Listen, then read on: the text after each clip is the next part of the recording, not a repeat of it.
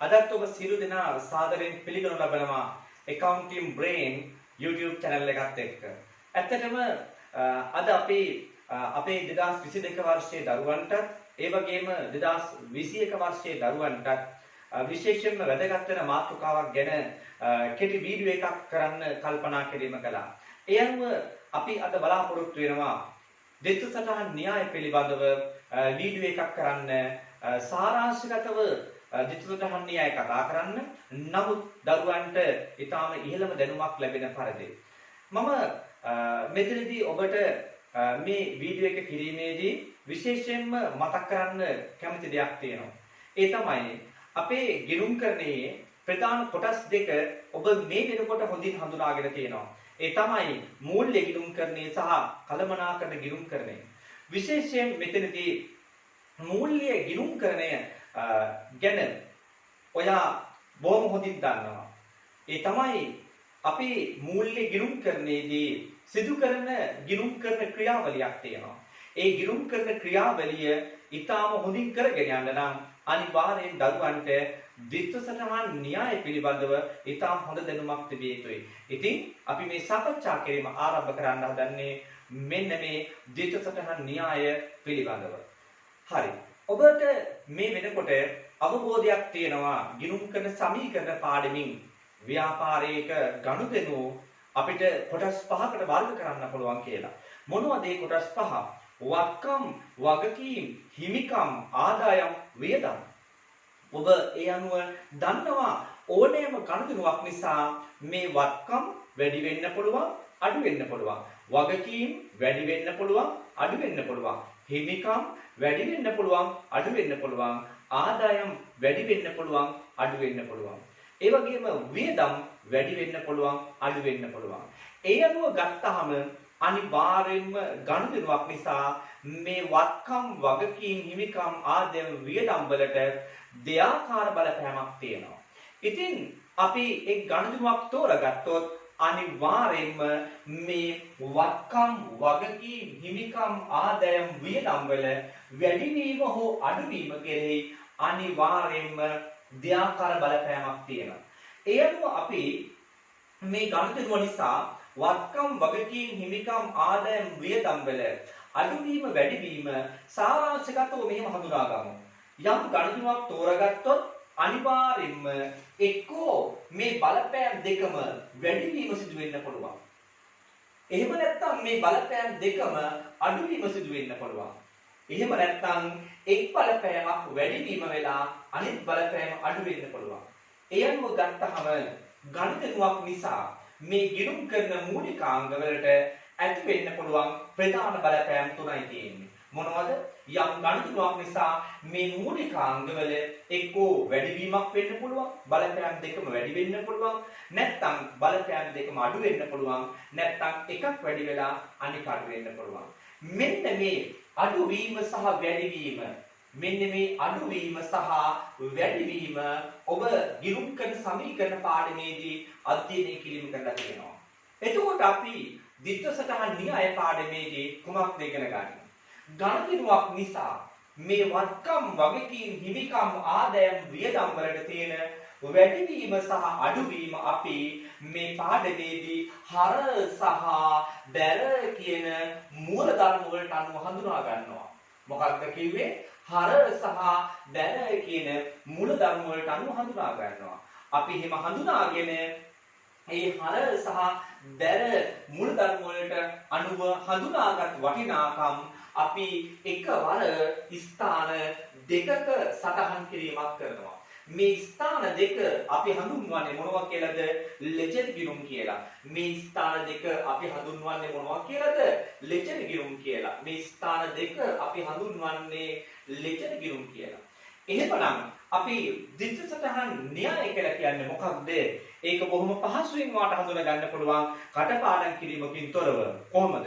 ගනුදෙනුවක් නිසා ව්‍යාපාරයේ වත්කම්, වගකීම්, හිමිකම්, ආදායම්, වියදම් වලට ඇති කරන දෙආකාර බලපෑම හර සහ බැර කියන මූලධර්ම අනුව හඳුනාගෙන එකවර ස්ථාන දෙකක සටහන් කිරීම ද්විත්ව සටහන් න්‍යායයි. මොකක්ද අපි ද්විත්ව සටහන් න්‍යාය කියලා කියන්නේ?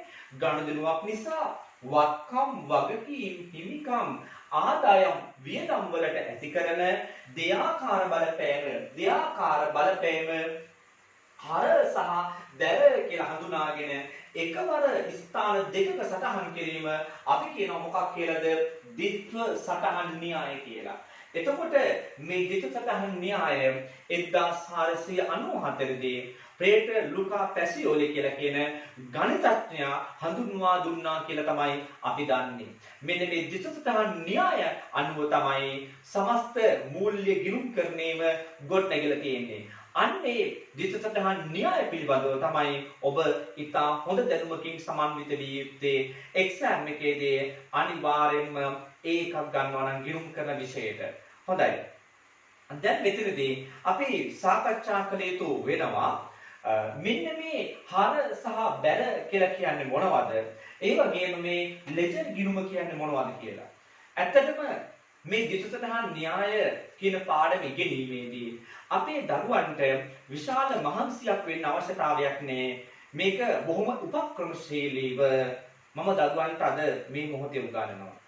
ඔයා මතක තියාගන්න මේ හර සහ බැල කියලා කියන්නේ විශේෂයෙන්ම ඔයා මහා ලොකුවට සිතීතු කාරණාවක් නෙමෙයි. ඒ තමයි මෙන්න මේ වත්කම්, වගකීම්, හිමිකම්, ආදායම්, වියදම් වල සිදුවෙන වැඩිවීම සහ අඩුවීම පිළිබඳව අපිට දුන්නු න්‍යායක් තමයි මොකක්ද? මේ ද්විත්ව සටහන් මූලධර්ම කියලා කියන්නේ. මොනවද? වත්කම්, වගකීම්, හිමිකම්, ආදායම්, වියදම් වල වැඩිවීම සහ අඩුවීම පිළිබඳව අපිට දුන්නු න්‍යායක් තමයි මොකක්ද? නැත්නම් පදනමක් තමයි මේ ද්විත්ව සටහන් මූලධර්ම කියලා කියන්නේ. එතකොට මේ මූලධර්ම මත පදනම් වෙලා තමයි මේ ගිණුම් කරන විෂය ගොඩනැගෙන්නේ. ඒ අනුව මෙතනදී අපිට ලැබිලා තියෙන මේ මූලධර්ම මොනවද? ඒ තමයි අපි යම්කිසි ගනුදෙනුවක් නිසා ව්‍යාපාරයේ වත්කම් වල වැඩිවීමක් සිදු වෙනවා නම් අන්න එතනදී ඒ වැඩිවීම හඳුනා ගන්න කියලා කියනවා හර කියන වචනේ. ඒ වගේම ගනුදෙනුවක් නිසා මේ වත්කම් වල අඩුවීමක් සිදු වෙනවා නම් ඒ අඩුවීම හඳුනා ගන්න කියලා කියනවා අපිට බැල කියන වචනේ. එතකොට මේ හර සහ බැල වචනවල තේරුමක් සෙවීම ඔය අවශ්‍ය වෙන්නේ නැහැ. මොකද මේ හර සහ බැල කියන වචන අපිට මේ ද්විත්ව සටහන් න්‍යායට අදාළව දීලා තියෙන පදනමක් කියලා ඔබ තේරුම් ගත යුතුයි. ඒ අනුව මෙතනදී වියදම් වලට අදාළව දීලා තියෙන්නේ මේ මූලධර්මයම තමයි. ඒ තමයි වියදමක් වැඩි වෙනකොට ඒකත් හර කියන පදයෙන් හඳුනා ගන්න කිව්වා. වියදම් අඩු වෙනකොට ඒකත් බැල කියන පදයෙන් හඳුනා ගන්න කිව්වා. ඊළඟට අපේ ගිණුම් කරන මූලිකාංග ඉතුරු වෙන්නේ මොනවද? වගකීම්, හිමිකම් සහ ආදායම්. එතකොට මේ වගකීම්, හිමිකම් සහ ආදායම් සම්බන්ධව දුන්නේ මේකේ මූලධර්මයේ ප්‍රතිවිරුද්ධ බලපෑම. ඒ තමයි වගකීම් වැඩිවීමක් වෙනවා නම් යම් ගනුදෙනුවක් නිසා අපිට ඒක හඳුනා ගන්න කිව්වේ බැල කියන වචනේ. ඒ වගේම යම් ගනුදෙනුවක් නිසා මේ වගකීම් අඩු වෙනවා නම් ඒක හඳුනා ගන්න කිව්වා හර කියන වචනේ. ඒ වගේම යම් ගනුදෙනුවක් නිසා හිමිකම් වැඩි වෙනවා නම් ඒක හඳුනා ගන්න කියලා කිව්වේ බැල කියන වචනේ. අඩු වෙනවා නම් හර කියන වචනේ.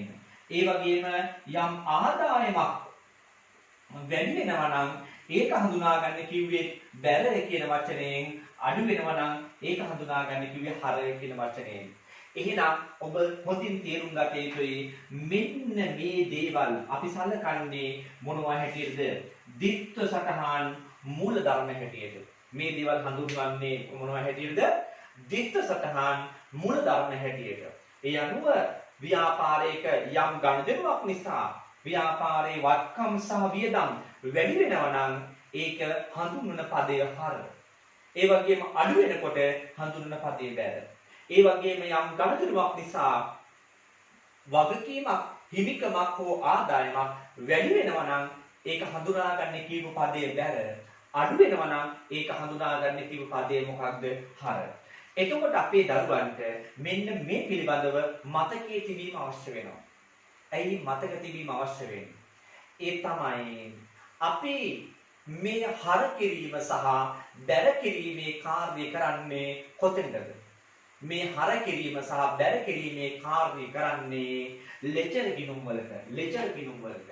එතකොට මේ ඕනෑම ලෙජර් ගිණුමක අපිට තියෙනවා දෙකක්. මම මේ දීලා තියෙන්නේ ලෙජර් ගිණුමේ බොහොම සරල ආකෘතිය. එතකොට නැත්තම් මේකේ විධිමත් ආකෘතියක් තියෙනවා. එතකොට මේ ලෙජර් ගිණුමේ කොහොමද ගණිතයක් සටහන් කරන්නේ? ඒ සටහන් කිරීමට අදාළ මූල ධර්මයේ තමයි අපිට මේ දීලා තියෙන්නේ. අපි දැනගත යුතු කාරණාව තමයි යම් ගණිතයක් මේ ලෙජර් ගිණුම වල සටහන් කිරීමේදී ඔබ දැනගත යුතු දේ මේ ලෙජර් ගිණුමේ වම් පැත්ත අපි කියන්නේ හර පැත්ත. මේකේ දකුණු පැත්ත අපි කියනවා බැල පැත්ත කියලා. ඒ වගේම ඕනෑම ලෙජර් ගිණුමක තත්වය ඒ විදිහට තමයි අපි හඳුනාගන්නේ. මේ ලෙජර් ගිණුමේ වම් පැත්ත හර දකුණු පැත්ත බැල. ඒ අනුව මෙතනදී අපි යම් ගණිතයක් මේ ලෙජර් ගිණුම් වල සටහන් කිරීමේදී අනිවාර්යෙන්ම එක් බලපෑමක් හර කියලා හඳුනා ගන්න ඕනේ.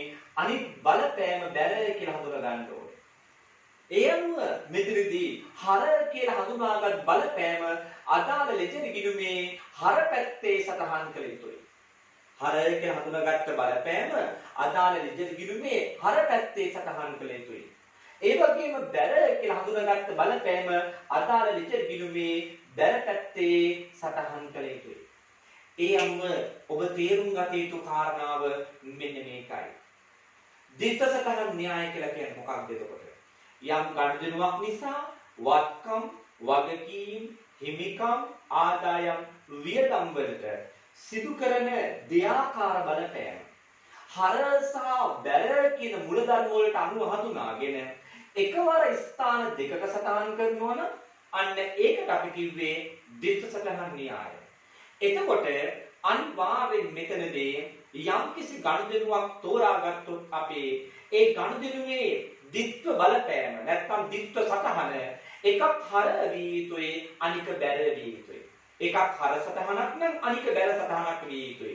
හර සටහන් නෑ බැර සටහන් නෑ. ඒ කියන්නේ මේ ගිණුමකට හර කරලා මේ ගිණුමකට හර කරන්නේ නෑ. මේකටත් බැර කරලා මේකටත් බැර කරන්නේ නෑ. අපි හර බැර කිරීමේදී යම් ගිණුමකට අපි හර කරොත් අනිවාර්යෙන් ඊළඟ ගිණුමට මොනවා වෙනවද? බැර කිරීම තමයි කරන්න ඕනේ. හර කරනවා කියන එකේ තේරුම මේ ගිණුමේ හර පැත්තේ ගණිතය සටහන් කරනවා කියන එකයි. බැර කරනවා කියන එකේ තේරුම ගිණුමේ බැර පැත්තේ ගණිතය සටහන් කරනවා කියන එකයි. ඒ වගේම අපේ දරුවන් දැනගත යුතුයි මේ ලෙජර් ගිණුම කියලා කියන්නේ අමුතු දෙයක් නෙමෙයි. මේ ලෙජර් ගිණුම කියලා කියන්නේ මොකක්ද? ගණිතය සටහන් කරන්න තියාගන්න විධිමත් ආකෘතියක්. මොකක්ද මේ ලෙජර් ගිණුම කියන්නේ? ගණිතය සටහන් කරන්න පවතින විධිමත් ආකෘතියක්. එතකොට මේ විධිමත් ආකෘතිය තුළ තමයි අපි ගණිතය සටහන් කිරීම සිදු කරන්නේ. එහෙම සටහන් කිරීමේදී අපිට උපකාරී වෙන මූලධර්ම තමයි මේ ද්විත්ව සටහන් මූලධර්ම කියන්නේ. ඔබ ඉතින් ඊළඟට ඉගෙන ගත යුතු වෙන්නේ විවිධ ගණිතණු ආශ්‍රයෙන් කොහොමද මේ ලෙජර් ගිණුම් වලට හර කිරීම සහ බැර කිරීම ඉගෙන ගන්න කියලා. හරි. දැන් අපි එහෙනම් සාකච්ඡා කිරීම ආරම්භ කරමු. විවිධ ගණිතණු කොහොමද ලෙජර් ගිණුම් වලට හර බැර කිරීම කරන්නේ? ඒ වගේම එහි ද්විත්ව සටහන කොහොමද ඔබ හඳුනාගන්නේ කියලා. මම මෙතනදී ඔබට ඒ කොටස පැහැදිලි කිරීමට පෙර විශේෂ කරුණක් මෙතනදී මතක් කළ යුතු වෙනවා. ඒ තමයි මේ ගිණුම් කරන්නේ විෂය ඉගෙන ගන්න ඔබ අනිවාර්යයෙන්ම දැනගත යුතු කරුණක් තියෙනවා. ඒ තමයි ඔබ කවුද කොහෙද ඉන්නේ? ඔබ කවුද කොහෙද ඉන්නේ? ඔබ කවුද? ඔබ accountant. ඔබ ව්‍යාපාරයේ කවුද? accountant ගණකාධිකාරීවරයා. ඔබ ඉන්නේ කොහෙද? ව්‍යාපාරයේ ගිණුම් කරන අංශයේ. ඔබ කොහෙද ඉන්නේ? ව්‍යාපාරයේ ගිණුම් කරන අංශයේ. ඔයා තේරුම් ගන්න ඕනේ එතකොට කුමක්ද ඔබගේ කාර්යය? ඔබ කවුද? accountant. ඔය ඉන්නේ ව්‍යාපාරයක accounts department එකේ ගිණුම් කරන අංශයේ ඔයා ඉන්නේ. ඔබගේ කාර්යය මොකක්ද? ඔබගේ කාර්යය තමයි එදිනෙදා සිදුවන ගනුදෙනු ක්‍රමානුකූලව පොත්වල සටහන් කිරීම. දැන් කතා කරන්නේ ඒවා ලෙජර් ගිණුම් වල සටහන් කරන්නේ කොහොමද කියන එක පිළිබඳව. මෙතනදී ඔබ තේරුම් ගත යුතු වැදගත්ම සංකල්පයක් තියෙනවා. ඒ සංකල්පය තමයි ගිණුම් කරන්නේදී මේ ව්‍යාපාරයේ කියන ආයතනය ස්වාධීන ඒකකයක්. මේ ව්‍යාපාරයේ කියන ආයතනය ස්වාධීන ඒකකයක්. කාගෙන් ස්වාධීන ඒකකයක්ද? අයිතිකරුවා ඇතුළු සියලු ඇල්මැති පාර්ශවයන්ගේ. ඔබ දන්නවා අයිතිකරුවා ව්‍යාපාරයක ගනුදෙනු කරනවා. අයිතිකරුවා ව්‍යාපාරයට මුදල් ආයෝජනය කරනවා. ඒවට අපි කියන්නේ ප්‍රාග්ධනය.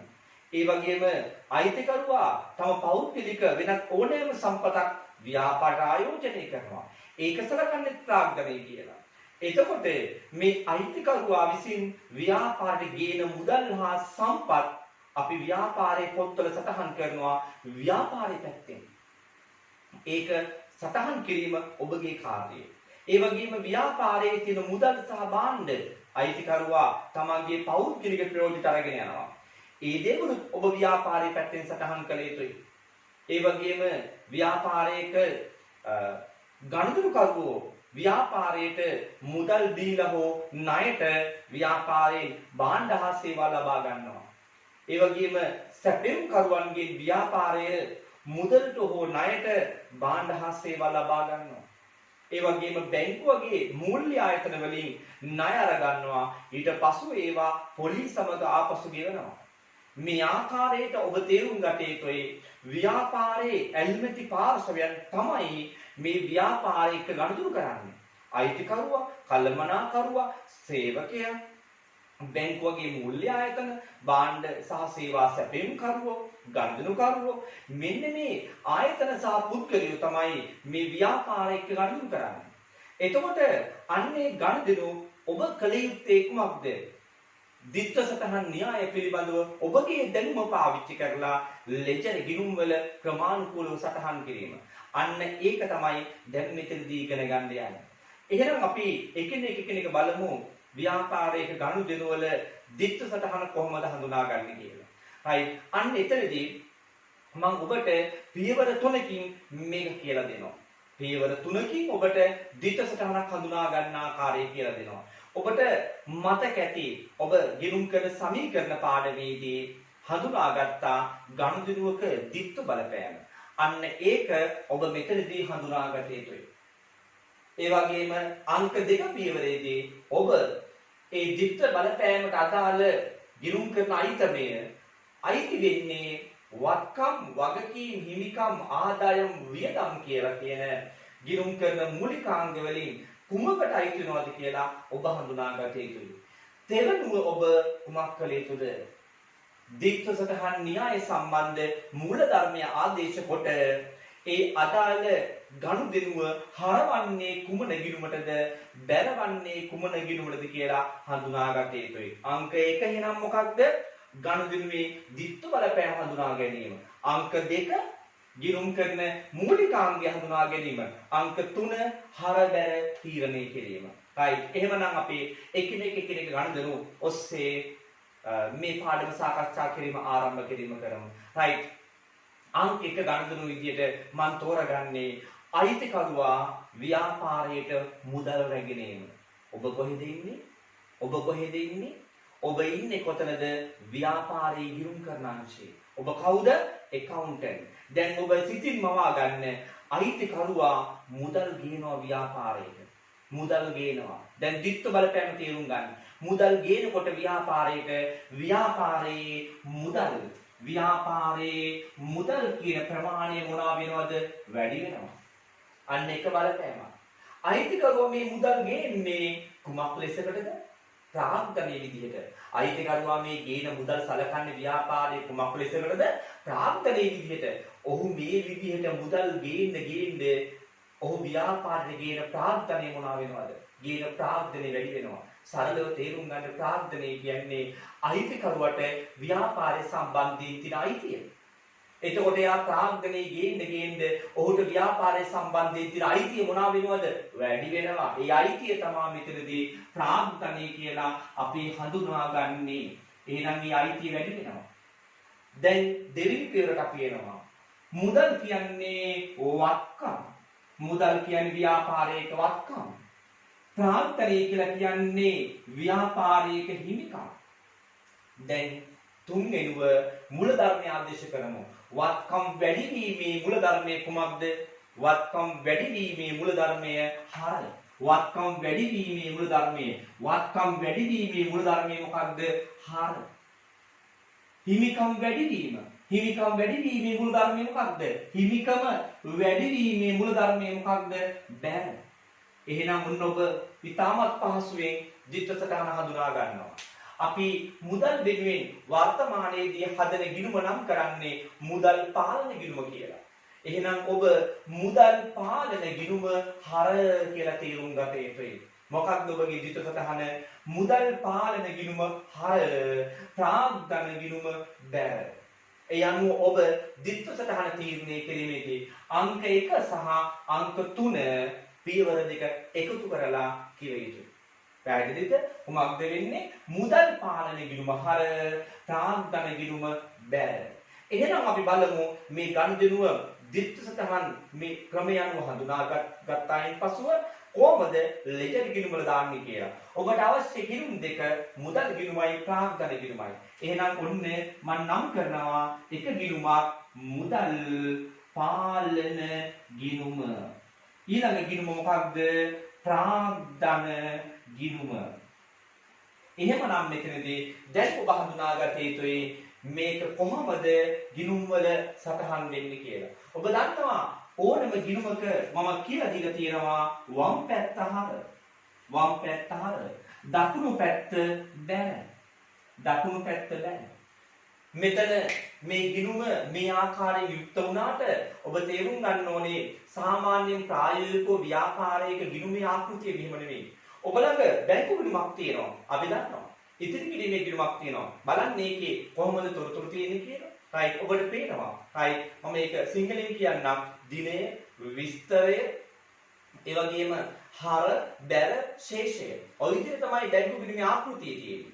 right date, description, debit, credit, balance කියලා තියෙන්නේ ඒ ශේෂය. ඒක සිරස් ආකෘතිය. ඒ කියන්නේ ගිණුමක සිරස් ආකෘතියක් තියෙන්නේ. එවැනි ගිණුමක්ව තමයි වර්තමාන ප්‍රායෝගික ලෝකයේ විශේෂයෙන් කම්පියුටරයිස්ඩ් accounting පරිගණකගත ගිණුම්කරණය සිදු කරන ආයතන භාවිතා කරන්නේ. එතකොට වර්තමානයේදී අපි සාමාන්‍යයෙන් කතා කරන ගිණුමක ආකෘතිය අපි ගත්තොත් එහෙම ඒ තොරතුරුම දෙපැත්තකට දාලා තමයි අපි කතා කරන්නේ. නමුත් මම ඔබට මේ දීලා තියෙන්නේ ඒ ගිණුමේ අපිට උසස් පෙළ ගිණුම්කට අදාළව බොහොම පහසුවෙන් නිර්මාණය කරගන්න පුළුවන් ටී අකුරේ ගිණුම. එතකොට ප්‍රායෝගිකව ගත්තහම මෙතනදී ඒ විධිමත් ආකෘතිය ඔබ ආයතනයක භාවිතා කළ යුතුයි. right ඒ වගේම වර්තමාන උසස් පෙළ ගිණුම්කරණයේදී අවශ්‍යතාවයක් ඇති වුණොත් එතනදී ඔබ ඒ විධිමත් ආකෘතිය භාවිතා කළ යුතුයි. නමුත් මම මෙතනදී මේ පාඩම පැහැදිලි කිරීමේ පහසු උදෙසා මේ ටී අකුරේ හැඩයේ ගිණුම පාවිච්චි කරනවා. right එහෙමනම් බලමු කොහොමද මේක අපි සටහන් කරන්නේ. අපි කිව්වා මුදල් පාලන ගිණුමට හර කියලා. එහෙනම් මුදල් පාලන ගිණුමට හර කියන්නේ මේ ගිණුමේ හර පැත්තේ සටහන් කරනවා කියලා කියන එකයි. එහෙනම් අපි හිතමු මේ ගනුදෙනුවේ වටිනාකම රුපියල් ලක්ෂයයි කියලා. එහෙනම් මෙන්න මෙතනින් මෙන්න මෙහිම වටිනාකම දාන්න ඕනේ. මුදල් පාලන ගිණුමේ හර පැත්තේ තමයි අපි වටිනාකම දැම්මේ. එතකොට ප්‍රාග්ධන ගිණුම බැර කියලා කිව්වා. එහෙනම් ප්‍රාග්ධන ගිණුම බැර කියන එක ප්‍රාග්ධන ගිණුමේ බැර පැත්තේ සටහන් කළ යුතුයි. මේ ආකාරයෙන් අපි සටහන් කිරීම කරනවා අදාළ තීරුවේ අවසානයේදී. එතකොට අපි හිතමු මේ ගනුදෙනුව දීලා තියෙන්නේ අපිට ජනවාරි 1 වෙනිදාට කියලා. එහෙනම් අපි මෙතනදී දිනය ඇතුළත් කරනවා 1:1. අවස්ථා දෙකේදීම ගිණුම් දෙකේදීම දිනය දානවා 1:1. ඒ වගේම මෙතනදී අපි මේ ගනුදෙනුව හර කිරීම සහ බැර කිරීමේදී විස්තරයක් ලිවිය යුතුයි. මේ අදාළ මෙන්න මේ අයිටම දෙක මැදි විස්තරයක් ලැබිය යුතුයි. කුමක්ද මේ විස්තරය? විස්තරය තමයි ප්‍රතිවිරුද්ධ ගිණුමේ නම. මුදල් පාලන ගිණුමේ ප්‍රතිවිරුද්ධ ගිණුම මොකක්ද? ප්‍රාග්ධන ගිණුම. එහෙනම් අපි මෙතන ලියන්නේ මොකක් කියලාද? මෙතන අපි ලියන්නේ මොකක් කියලාද? මෙතන අපි ලියනවා ප්‍රාග්ධන ගිණුම කියලා. එතකොට ප්‍රාග්ධන ගිණුමේ අපි කුමක්ද ලියන්නේ? ප්‍රතිවිරුද්ධ ගිණුම මුදල් පාලන ගිණුම. අපි මෙතන ලියනවා මුදල් පාලන ගිණුම කියලා. එහෙනම් ඔන්න ගිණුමක ගණනුව සටහන් කරන විදිහ. මුදල් පාලන ගිණුමේ හර පැත්තේ සටහන් කළා ප්‍රාග්ධන ගිණුම කියලා. ප්‍රාග්ධන ගිණුමේ බැල පැත්තේ සටහන් කළා මුදල් පාලන ගිණුම කියලා. ප්‍රතිවිරුද්ධ නම තමයි ගිණුම ප්‍රතිවිරුද්ධ ගිණුමේ නම තමයි අපි විස්තරයට ලියුවේ. දිනය සහ වටිනාකම අදාළ ගිණුම් දෙකේම එකයි. ඒකේ වෙනසක් වෙන්නේ නැහැ. එහෙනම් මම හිතනවා ඔබට බොහොම පැහැදිලි මේ දිත්ව සටහන හඳුනා ගැනීම සහ ඒ ලෙජර් ගිණුම වල සටහන් කිරීම. එහෙමනම් මම මෙතනින් එහාට ඔබට මේ ආශ්‍රිතව තව ගණතුන් කීපයක් පැහැදිලි කරලා දෙනවා. අපි හිතමු මෙහෙම. අයිතිකරුවා ව්‍යාපාරයට මුදල් ගෙනාවා යම් දිනයකදී. පසු දිනයකදී එයා මුදල් වෙනුවට වෙනත් සම්පතක් ගේනවා කියලා හිතන්න. අයිතිකරුවට පුළුවන් ඉඩමක් පෞද්ගලිකව තියෙන ඉඩමක් ව්‍යාපාරය වෙනුවෙන් යොදවන්න. තමන්ගේ පෞද්ගලික මෝටරය ව්‍යාපාර වැඩවලට යොදවන්න පුළුවන්. තමන්ගේ ගෙදර තියෙන ලීබඩු ව්‍යාපාර වෙනුවෙන් ගේන්න පුළුවන්. තමන්ගේ පෞද්ගලික පරිගණකය ව්‍යාපාර වෙනුවෙන් ගේන්න පුළුවන්. ඔය ආකාරයට අයිතිකරුවට තමන්ගේ පෞද්ගලික සම්පත් ඕනෑම එකක් ව්‍යාපාර වෙනුවෙන් යොදවන්න පුළුවන්. මොකක්ද ඇතුළේ වෙනස? එයා මුදල් ගෙනාව නම් ව්‍යාපාරයේ මුදල් කියන වත්කම තමයි වැඩි වෙන්නේ. ඒ අනුව හර වුණා. අපි හිතමු ඉඩමක් ගෙනාවා කියලා ව්‍යාපාරයට. එහෙනම් ව්‍යාපාරයේ ඉඩම් කියලා තමයි මෙතෙන්ට එන්නේ. එහෙනම් මෙතන ඉඩම් කියලා කියන්නේ වත්කමක් ඒක වැඩිවීම ඉඩම් ගිණුමට තමයි හර වෙන්නේ. එතකොට මෙතන කුමක්ද වෙන්නේ? මුදල් පාලන ගිණුම වෙනුවට ඉඩම් ගිණුම කියලා තමයි එන්නේ. එතකොට එහෙනම් අපි හිතමු ඉඩමක් ගෙනාව ප්‍රාග්ධනයේ හැටියට. කුමක්ද විදිහට ඉඩම් ගිණුම හර ප්‍රාග්ධන ගිණුම බැර. අපි හිතමු ගොඩනැගිලි ගේනවා ප්‍රාග්ධනයේ හැටියට. මොකක්ද? ගොඩනැගිලි ගිණුම හර ප්‍රාග්ධන ගිණුම බැර. ලීබඩු ගේනවා ප්‍රාග්ධනයේ හැටියට. ලීබඩු ගිණුම හර ප්‍රාග්ධන ගිණුම බැර. එයා මෝටරයක් ගේනවා ප්‍රාග්ධනයේ හැටියට. මෝටර ගිණුම හර ප්‍රාග්ධන ගිණුම බැර. එයා පරිගණක ගේනවා ප්‍රාග්ධනයේ හැටියට. පරිගණක ගිණුම හර ප්‍රාග්ධන ගිණුම බැර. මේ ආකාරයට අයිතිකරුවා ප්‍රාග්ධන ලෙස ගේන මුදල් ඇතුළු ඕනෑම සම්පතක් සටහන් කිරීමට ඔබට හැකියාව තියෙනවා. පැහැදිලි? එහෙනම් අපි අපේ ද්විත සටහන් වල ඊළඟ ගණන්දුන වෙත යොමු වෙමු. හරි. එහෙනම් මම මෙතනදී ඔබට දැන් තෝරාගත්තා ව්‍යාපාරයේ මුදලින් ව්‍යාපාරයට අවශ්‍ය විවිධ වත්කම් මිලදී ගැනීමක් කළොත් ද්විත සටහන කුමක්ද කියලා හඳුන්වා දෙන්න. ව්‍යාපාරයේ මුදලින් ව්‍යාපාරයට අවශ්‍ය වත්කම් මිලට ගන්නවා. මෙතනදී මම විශේෂයෙන් අවධානය යොමු කරනවා ව්‍යාපාරයට අවශ්‍ය දේපල පිරියත හා උපකරණ මිලට ගැනීම පිළිබඳව. මොනවද දේපල පිරියත හා උපකරණ කියන්නේ? ඔබ දන්නවා. ඉඩම්, ගොඩනැගිලි, යන්ත්‍ර, ලීබඩු, කාර්යාල උපකරණ, පරිගණක, වාහන වගේ දීර්ඝකාලීන ප්‍රයෝජනෙ වෙනුවෙන් ව්‍යාපාරයේ ලබා ගන්නා භෞතික වත්කම් වලට අපි කියන්නේ මොනවා කියලාද? දේපල පිරියත හා උපකරණ කියලා. විශේෂයෙන් ඔබ මතක තබා ගත යුතුයි. මේ දේපල පිරියත හා උපකරණ ව්‍යාපාරයේ ලබා ගන්නේ කුමන අරමුණකින්ද? ව්‍යාපාරයේ පරිපාලන වැඩවලට පාවිච්චි කරන්න. එහෙම නැත්නම් ව්‍යාපාරයේ භාණ්ඩ බෙදා හැරීමේ කටයුතු වලට පාවිච්චි කරන්න.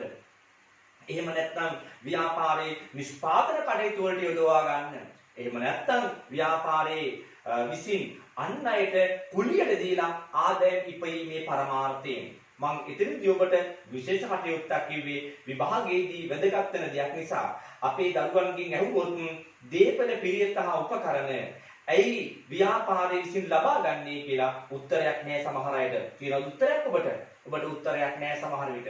නමුත් මතක තියාගන්න ඒවා විභාගයේදී වැදගත් වෙන කරුණු. මොකටද ගන්න දේපල පිරියත හා උපකරණ?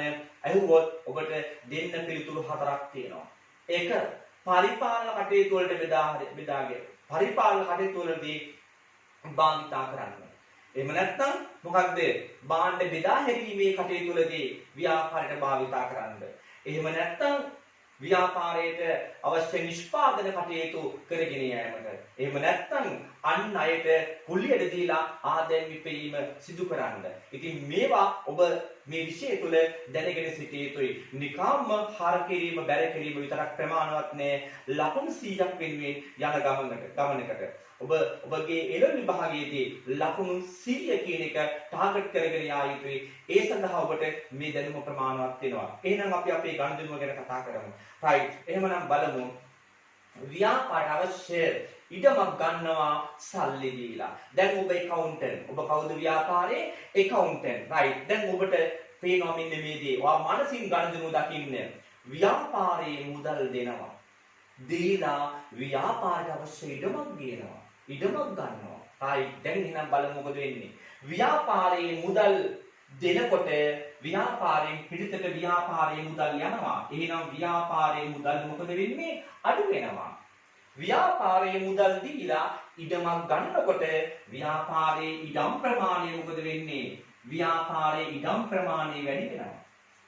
එතකොට මූලිකාංගය ආදේශ කරමු.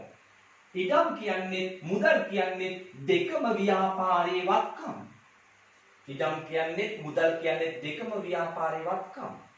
වත්කම් වැඩිවීමේ මූලධර්මය කුමක්ද? හරදර තීරණය කරමු අපි. වත්කම් වැඩිවීමේ මූලධර්මය මොකක්ද? වත්කම් වැඩිවීමේ මූලධර්මය හර. වත්කම් අඩුවීමේ මූලධර්මය මොකක්ද? බැර. එහෙනම් දිත්ත සතහන ඔබට පහසුවෙන්ම තේරෙනවා කුමක්ද වෙන්නේ? ඉඩම් ගිණුමට හර. මුදල් වෙනුවෙන් හදන ගිණුම මම ඔබට පැහැදිලි කරලා දීලා තියෙනවා මුදල් පාලන ගිණුම. එහෙනම් මුදල් පාලන ගිණුමට බැර. ඉඩම් ගිණුම හර මුදල් පාලන ගිණුම බැර. ඔය විදිහට ව්‍යාපාරයේ ගන්නා ඕනෑම දේපල පිළියෙත හා උපකරණයක් සම්බන්ධ දිත්ත සටහන ඔබ තීරණය කිරීමේදී ඔබට තියෙන්නේ ඉඩම් වෙනුවට අදාළ වත්කම ආදේශ කිරීම පමණයි. ගොඩනැගිලි ගත්තොත් ගොඩනැගිලි ගිණුම හර මුදල් පාලන ගිණුම බැහැ. ලී බඩු ගෙනාවොත් ලී බඩු ගිණුම හර මුදල් පාලන ගිණුම බැහැ. මෝටර ගෙනාවොත් මෝටර රථ ගිණුම හර මුදල් පාලන ගිණුම බැහැ. පරිගණක ගෙනාවොත් පරිගණක ගිණුම හර මුදල් පාලන ගිණුම බැහැ. ඔය ආකාරයෙන් දේපල පිළියෙත හා උපකරණ ඕනෑම එකක් මිලට ගැනීමේ දිත්ත සටහන ඔබට හඳුනා ගැනීමේ හැකියාව තියෙනවා. මේ සමගම මම ඔබට මේ දිත්ත සටහන් වලම තවත් ස්වරූපයකට මම එනවා. ඒ තමයි මේ දේපල පිළියෙත හා උපකරණ අපි හිතමු සල්ලි දීලා නෙමේ ගත්තේ ණයට ගත්තේ. මේ දේපල පිළියෙත හා උපකරණ සල්ලි ගෙවලා නෙමේ ගන්නේ ණයටයි ගන්නේ. මොකද වෙන්නේ? බොහෝම චූටි ආදේශනයක් තියෙන්න ඔබට කරන්න. ඉඩමක් ගත්තොත් ණයට ඉඩම ගත්තා කියන්නේ ව්‍යාපාරයේ ඉඩම් ප්‍රමාණය වැඩි වෙනවා. ඉඩම් කියන වත්කම වැඩි වෙනවා. ඒක ඉඩම් ගිණුමට කොහොමත් හරකල යුතුයි. සල්ලි දීලා ගත්තත් ණයට ගත්තත් ව්‍යාපාරයට ඉඩමක අයිතියක් ලැබෙනවා. ඒක ඉඩම් ගිණුමට හර වෙන්න ඕනේ. සල්ලි ගෙවලා ගත්තොත් තමයි මුදල් පාලන ගිණුමට බැර වෙන්නේ. නමුත් අපි හිතමු මේ ඉඩම ගත්තේ ණය පදනම මත. ණය පදනම මත. එහෙනම් ණය ගන්න අපේ ණය ප්‍රමාණය කුමක් වෙනවද? ණය ගන්න අපේ ණය ප්‍රමාණය. ණයක් ගන්න අපේ ණය ප්‍රමාණය මොනවා වෙනවද? වැඩි වෙනවා. එතකොට මෙතනදී තව විශේෂ වචනයක් මම මෙතන කියලා දෙන්න කැමතියි. මේ ණය වෙන්නේ අපි යම්කිසි කෙනෙකුට හෝ ආයතනයකට. ඒ කෙනා හෝ ආයතනය මෙතනින් දාන්න ඕනේ. අපි බැංකු ණයක් භාවිතයෙන් නම් මේ ඉඩම ගන්නේ. අපි මෙතන ලියන්නේ බැංකු ණය කියලා. අපි මේ ඉඩම ගන්නේ හිතමු ඉසුරු සමාගමකට ණය වෙලා ගන්නේ. ඉසුරු සමාගම කියන්නේ අපි හිතමු දේපල වෙළඳාම් කරන සමාගමක්. ඒ ආයතනය ණය පදනම මත ඉඩම් ලබා දෙන පුද්ගලයින්ට. එතකොට අපි හිතමු එහෙනම් අපි ඉඩම ගන්නවා. අපේ ඉඩම් වත්කම වැඩි වෙනවා. එතකොට මේක ගන්නෙ ඉසුරු සමාගමෙන් ණයට නම් අපි ඉසුරු සමාගමට සල්ලි ගෙවිය යුතුද නැද්ද? සල්ලි ගෙවිය යුතුයි. එහෙනම් ඉසුරු සමාගමේ ණය කියලා තමයි මෙතෙන්ට එන්නේ. එහෙනම් මොකද වෙන්නේ? ණය ගන්නකොට ණය වැඩි වෙනවා. ණය කියලා කියන්නේ අපේ වගකීමක්. ණය කියන්නේ අපේ මොකක්ද? වගකීමක්. වගකීම් වැඩිවීමේ මූලධර්මයේ කුමක්ද? වගකීම් වැඩිවීමේ මූලධර්මයේ කුමක්ද? බෑර. එහෙමනම් කුමක්ද දිටසටහන? ඉඩමක් ගන්නවා ණයට. ඉඩම් ගිණුම හර බැංකු ණය ගිණුම බෑර. ගොඩනැගිල්ලක් අපි හදව ගන්නවා ණය පදනම මත. ගොඩනැගිලි ගිණුම හර බැංකු ණය ගිණුම බෑර. වාහනයක් ගන්නවා ණය පදනමට. වාහන ගිණුම හර අදාළ ණය ගිණුම බෑර. උදාහරණයක් අපි තුමු මේ ණය උන්නේ අපේ මූල්‍ය සමාගමට කියලා. අන්න එතනදී යම්කිසි මූල්‍ය සමාගමක් නම් අපි ණය වීමක් උනේ විශේෂයෙන් මේක ගන්නේ කල්බදු ක්‍රමයට. එතකොට අපි මෙතනදී මේක බැල කරනකොට කියනවා කල්බදු ණය හිමි ගිණුම බෑර. කල්බදු ණය හිමි ගිණුම බෑර. වර්තමානයේදී අපි මෙතනදී ඒ වචනේ පොඩ්ඩක් වෙනස් කරලා කතා කරන්නේ පැහැදිලිව ළමයට තේරෙන වචනේ තමයි කල්බදු ණය හිමි ගිණුම බැරය කියන එක. මේ ආකාරයකට අපි ගත්තොත් එහෙම ව්‍යාපාරයේ ලීබඩු ගෙනාවොත් ණයට ලීබඩු ගිණුමට හර වෙනවා. ඒ අදාළ ණය ගිණුමට බැර වෙනවා. පරිගණක ගෙනාවොත් ණයට පරිගණක ගිණුම හර වෙනවා. අදාළ ණය ගිණුමට බැර වෙනවා. ඒතර මේ ආකාරයට වත්කම් අපි කියන්නේ දීපල ක්‍රියාතහ උපකරණ ණයට ගැනීම ඔබට හඳුනා ගැනීමේ හැකියාව තියෙනවා. හොඳයි. අපි එහෙනම් ඊළඟ ගණදෙනුව වෙත යමු වෙමු. අපි හිතමු ව්‍යාපාරයේ මුදල් අයිතිකරුවා විසින් පෞද්ගලික භාවිතයට රැගෙන ගියා කියලා. ව්‍යාපාරයේ මුදල් අයිතිකරුවා පෞද්ගලික භාවිතයට රැගෙන යනවා. මොකක්ද ද්විත්ව බලපෑම? ව්‍යාපාරයේ මුදල් අයිතිකරුවා පෞද්ගලික භාවිතයට ගත්තහම ව්‍යාපාරයේ මුදල් මොකද වෙන්නේ? ව්‍යාපාරයේ මුදල් ප්‍රමාණය අඩු වෙනවා. එතකොට අයිතිකරුවා පෞද්ගලික භාවිතයට ගන්නා දෑවලට පොදුවේ කියන නම මොකක්ද? ගැනිලි. ව්‍යාපාරයේ මුදල් අරන් ගියත් භාණ්ඩ අරගෙන ගියත් ඒ සියලු දේට අපි කියන්නේ ගැනිලි. එහෙනම් ව්‍යාපාරයේ මුදල් අරන් යනකොට ව්‍යාපාරයේ මුදල් අඩු වෙනවා. සහ අයිතිකරුවාගේ ගැනිලි ප්‍රමාණය මොකද වෙන්නේ? ගැනිලි කියන જાතිය මොකද වෙන්නේ? වැඩි වෙනවා. එතකොට මුදල් කියලා කියන්නේ ව්‍යාපාරයක වත්කම්. මුදල් කියන්නේ ව්‍යාපාරයක වත්කම්. ගැනිලි සම්බන්ධව ඔබ දැනගත යුතු විශේෂ කරුණක් තියෙනවා. ඒ තමයි ගැනිලි කියන්නේ මොකක්ද? ව්‍යාපාරයේ හිමිකමට අයිති දෙයක්. ගැනිලි කියලා කියන්නේ අයිතිකරුගේ හිමිකමට අයිති දෙයක්. හිමිකම වැඩිවීමක්ද අඩුවීමක්ද? අඩුවීමක්. අයිතිකරුවා ප්‍රාග්ධනය ගේනකොට ව්‍යාපාරයට ඔහුට ව්‍යාපාරයේ සම්බන්ධයෙන් තියෙන අයිතිය නැත්තම් හිමිකම වැඩි වෙනවා. එයා ව්‍යාපාරයේ දේවල් අරන් යනකොට පෞද්ගලික භාවිතයට ඔහුට ව්‍යාපාරයේ සම්බන්ධයෙන් තියෙන හිමිකම මොනවා වෙනවද? අඩු වෙනවා. ව්‍යාපාරයේ දේවල් එයා පෞද්ගලික භාවිතයට අරගෙන යනවා ගෙදර. දැන් ගෙදර ගිහිච්චාම ගෙදර තියෙන ප්‍රමාණය වැඩි වෙනවා කියලා කියන්න එපා. ඒක අදාළ නැහැ ව්‍යාපාරයට. අපි තේරුම් ගන්න ඕන දේ තමයි මොකක්ද? ව්‍යාපාරයේ දේවල් ගෙදර ගිහිච්චාම ඔහුට ව්‍යාපාරයේ සම්බන්ධයෙන් තියෙන අයිතිය මොනවා වෙනවද? අඩු වෙනවා. එහෙනම් ගැල්ලි කියන්නේ ඍණ හිමිකමක් නැත්තම් හිමිකම අඩුවීමක් බව ඔබ හඳුනාගත යුතුයි. එහෙනම් අපි මෙතනදී දාන්නේ ඍණ හිමිකම් කියලා. මෙතන දාන්නේ ඍණ හිමිකම් කියලා. එහෙනම් ඍණ හිමිකම් කියලා කියන්නේ හිමිකම අඩුවීමක් කියලා කියන්නේ මොකක්ද? හිමිකම අඩුවීමේ මූල ධර්මය මොකක්ද? හර. වත්කම් අඩුවීමේ මූල ධර්මය බැර. එහෙමනම් ඔන්න අපි ditthසතහන හඳුනා ගන්නවා ගැනිලි ගිණුම හර මුදල් පාලන ගිණුම බැර. හොඳයි. එහෙමනම් අපි දැන් සාකච්ඡා කිරීම ආරම්භ කරමු. ව්‍යාපාරයට අදාළ වැදගත් ගණිත මාර්ගයක් පිළිබඳව. ඒ තමයි ව්‍යාපාරයට විවිධ ආකාරයේ ආදායම් ලැබීමේ ගණිතය. හරි. මම පළමුවෙන්ම ගන්න ආදායම් වර්ගය තමයි ව්‍යාපාරයට භාණ්ඩ විකිණීමෙන් ආදායම් ලැබීම සටහන් කිරීම.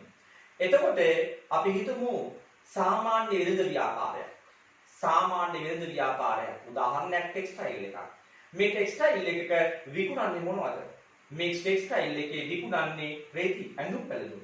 එතකොට මේ ඇඳුම් පැළඳුම් විකිණීමක් කළාම ඒකේ දිත්ත බලපෑම කොහොමද හඳුනාගන්නේ? අපි හිතමු ව්‍යාපාරයේ ඇඳුම් පැළඳුම් ටික විකුණනවා. එතකොට මේ ඇඳුම් පැළඳුම් විකිණීමේදී ව්‍යාපාරයට මුදල් ලැබෙනවද නැද්ද? මුදල් ලැබෙනවා. අපි අත්පිට විකුණුම් ගණන්දුව කියලා මෙතෙන්දී උපකල්පනය කරමු. එතකොට ව්‍යාපාරයට මුදල් ලැබෙනවා. මුදල් ලැබෙනකොට ව්‍යාපාරයේ මුදල් කියන ප්‍රමාණය මොනවා වෙනවද? වැඩි වෙනවා.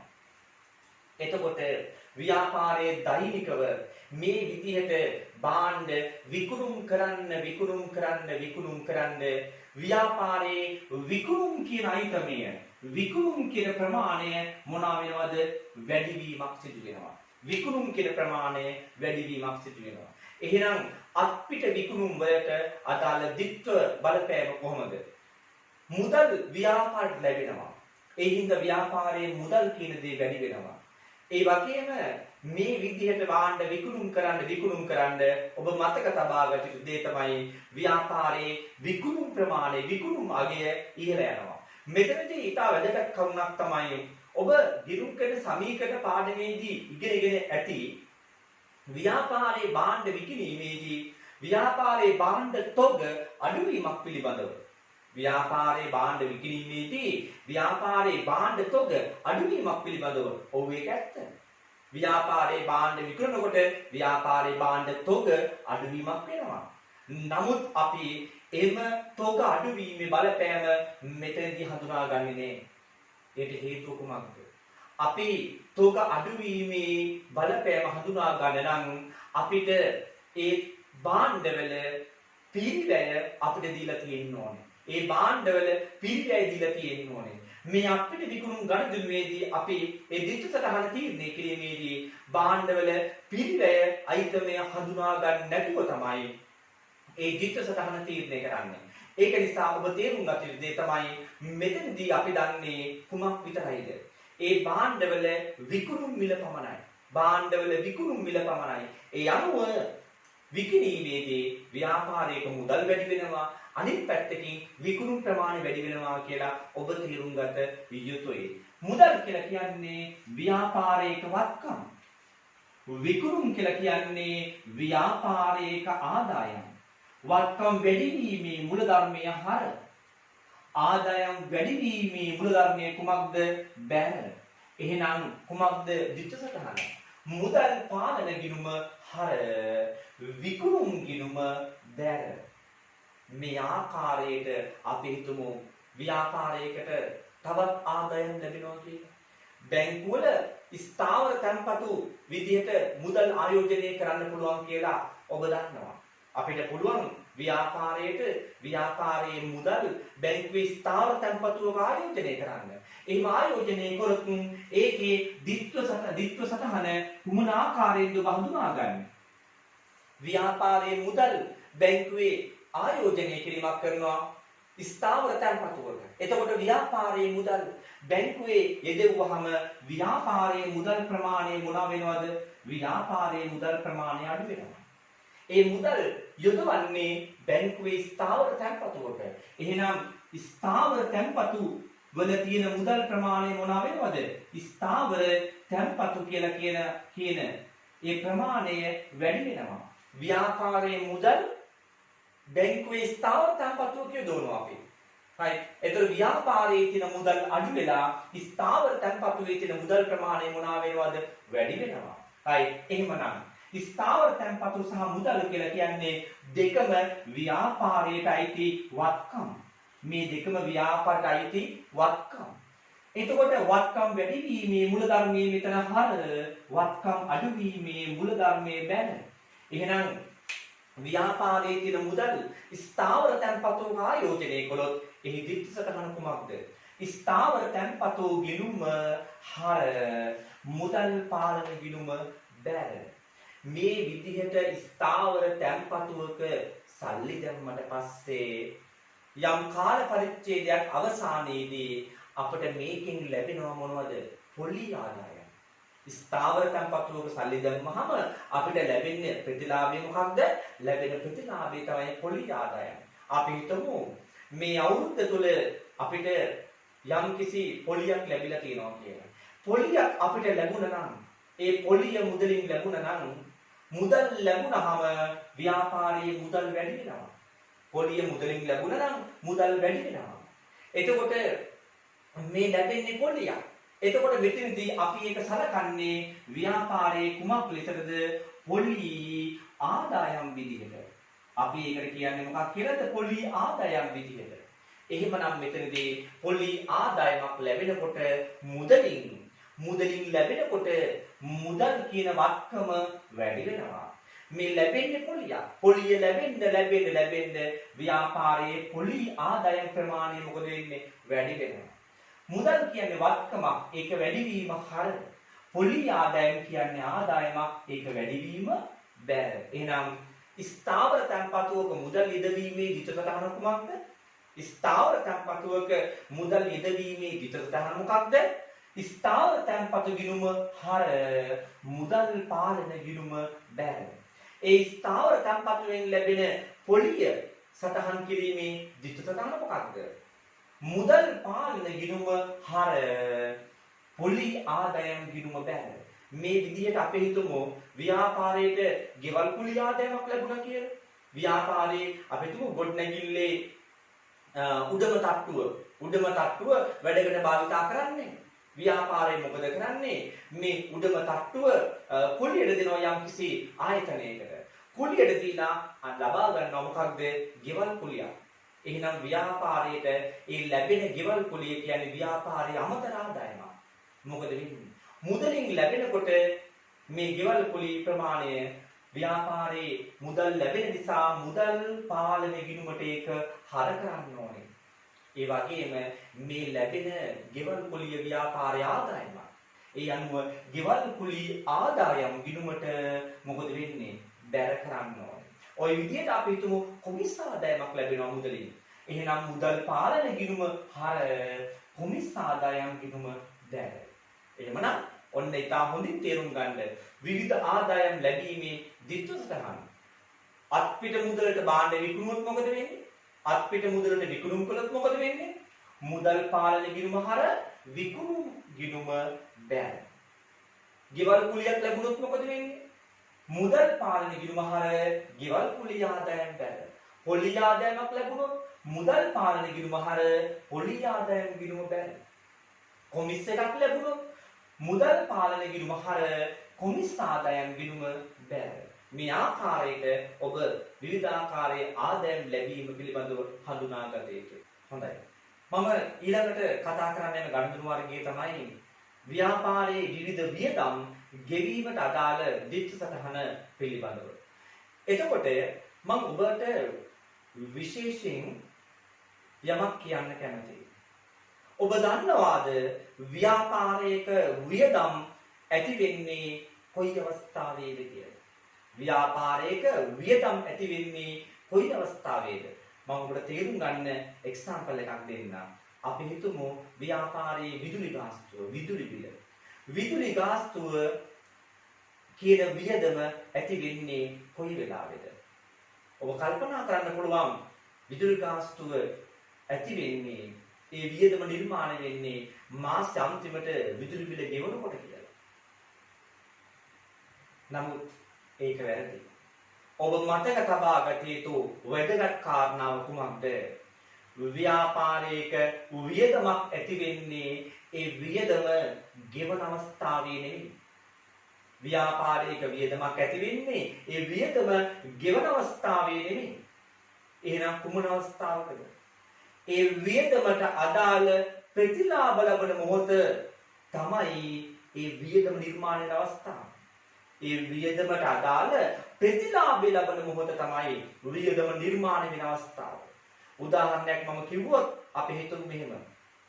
ව්‍යාපාරය ඔන්න පටන් අරගෙන මුල් දිනේ ඉඳලා ඔන්න විදුලිය පාවිච්චි කරනවා ව්‍යාපාර වැඩවලට. ඔන්න විනාඩියෙන් විනාඩිය විනාඩි දෙකෙන් දෙක විනාඩි 5න් 5 දවස් 2 3 4 සතිය 2 3 4 ඔහොම විදුලිය පාවිච්චි කරනවා. ඒ විදුලිය පාවිච්චි කරන සෑම මොහොතකදීම ව්‍යාපාරයේ විදුලිය කියන වියදම නිර්මාණය වෙනවද නැද්ද? වියදම නිර්මාණය වෙනවා. ඔබ තේරුම් ගන්න ඕනේ වියදම් කියන්නේ මොනවද? බොහොම සරලව කිව්වොත් ආදායම් ඉපීම සඳහා වැය කරන දේවල්. බොහොම සරල ඍජු වචනයක් මම මෙතෙන්දී හඳුන්වා දුන්නේ. ආදායම් ඉපීම සඳහා වැය කරන දේවල්. එතකොට ව්‍යාපාරය විදුලිය පාවිච්චි කරන්නේ කුමකටද? ව්‍යාපාරයේ ආදායම් ඉපීමේ කාර්යයේදී ව්‍යාපාරයේ විදුලිය වැය කරන්න වෙනවා. එහෙමනම් මෙතනදී විදුලිය වැය කිරීම ආරම්භ කරන මොහොතේම අන්න විදුලි වියදම ව්‍යාපාර නිර්මාණය වෙනවා. එතකොට මාස අවසානයේදී වෙන්නේ කුමක්ද? ඒ මුළු විදුලි වියදම එකවර මුදලින් ගෙවීමක්. ඒ ඇති වූ වියදම එකවර මුදලින් ගෙවීමක් තමයි මාස අවසානයේදී සිදු වෙන්නේ. එහෙනම් ව්‍යාපාරයක විදුලිය පාවිච්චි කරනකොට විදුලි වියදම නිර්මාණය වෙනවා. එහෙනම් දැන් ඔබ උපකල්පනය කරන්නේ අනිත් වියදම් කොහොමද ඇති වෙන්නේ කියලා. ව්‍යාපාරයේ එහෙනම් දුරකථනය පාවිච්චි කරන සෑම මොහොතකදීම දුරකථන කියන වියදම නිර්මාණය වෙනවා. ඒක ගෙවන එක මාසාන්තිමට සිද්ධ වෙනවා. සේවකයෙක් ව්‍යාපාරයට ඇවිල්ලා වැඩ කරන්න පටන් ගත්ත මොහොතේ සිට ව්‍යාපාරයට සේවක වැටුප් කියලා වියදමක් නිර්මාණය වෙනවා. ඒ වැටුප මාස අවසානයේදී මුදලින් ගෙවීම සිදු වෙනවා. එහෙනම් දැන් මෙතනදී අපි ගත්තොත් මේ වියදම මුදලින් ගෙවීමේ විත්සටහන කුමක්ද? විදුලි වියදම කියන එක ඇති වෙන්නේ මම කිව්වා මාසයේ විදුලිය පාවිච්චි කරාම. එහෙනම් වා හිතන්න යම් මාසයක විදුලිය ව්‍යාපාරයේ පාවිච්චි කරලා තියෙනවා රුපියල් 1000ක. යම් මාසයක විදුලිය පාවිච්චි කරලා තියෙනවා රුපියල් 1000ක. බිල ලැබුණාම ඔබට ඒක පේනවා. එතකොට ඒ විදුලි වියදම 1000ක් ඇති වුණා නම් අන්න ඔබ තේරුම් ගන්න ඕනේ විදුලිය කියලා වියදමක් ඔන්න ඇති වෙලා තියෙනවා. විදුලිය කියලා වියදමක් ඔන්න ඇති වෙලා තියෙනවා. මොකද විදුලිය පාවිච්චි කරලා තියෙනවා. මේ වියදම මුදලින් ගෙවුවොත් ව්‍යාපාරයේ මුදල් කියන ප්‍රමාණය මොනවා වෙනවද? අඩු වෙනවා. මුදල් කියන්නේ වත්කම. අපි දන්නවා වියදම් වැඩි වීමේ මූලධර්මය හර. වත්කම් අඩු වීමේ මූලධර්මය බැර. එහෙනම් විදුලි වියදම මුදලින් ගෙවුවහම මොකක්ද දිට්ඨසටහන? විදුලිය ගිණුම නැත්නම් විදුලි ගාස්තු ගිණුම හර මුදල් පාලන ගිණුම බැර. මේ ආකාරයකට ඕනෑම වියදමක් දිට්ඨසටහන ඔබට හඳුනා ගැනීමේ හැකියාව තියෙනවා. එහෙනම් වැටුප් කියන වියදම ගෙවුවහම දිට්ඨසටහන මොකක්ද? වැටුප් ගිණුම හර මුදල් පාලන ගිණුම බැර. දුරකථන ගාස්තු වියදම ගෙවුවහම මොකද වෙන්නේ? දුරකථන ගාස්තු ගිණුම හර මුදල් පාලන ගිණුම බැර. රක්ෂණ ගාස්තු කියන වියදම ගෙවුවහම මොකද වෙන්නේ? රක්ෂණ ගාස්තු ගිණුම හර මුදල් පාලන ගිණුම බැර. ප්‍රචාරණ ගාස්තු ගෙවුවහම කුමක්ද වෙන්නේ? ප්‍රචාරණ ගාස්තු ගිණුම හර මුදල් පාලන ගිණුම බැර. මේ ආකාරයකට ඕනෑම වියදමක දිට්ඨසටහන හඳුනාගන්නේ කොහොමද? අදාළ වියදම ඇති වෙලා නම් මාසයේ තුල ඒක ඒ වියදම් ගිණුමට හර විය යුතුයි. ඒක මුදලින් ගෙවුවා කියනවා නම් ඒක මුදල් පාලන ගිණුමට බැර විය යුතුයි. මේ තමයි වියදම් වල දිට්ඨසටහන හඳුනා ගන්නා විදිය. හොඳයි. මම ඔබට ඊටාම වැදගත් දිට්ඨසටහනක් තමයි මෙතනදී පැහැදිලි කිරීම ආරම්භ කරන්න යන්නේ. අපි හිතමු ව්‍යාපාරය බැංකුවෙන් ණය මුදලක් ගන්නවා කියලා. ව්‍යාපාරය බැංකුවෙන් ණය මුදලක් ගන්නවා. ඒක බොහොම පහසු දිට්ඨසටහනක්.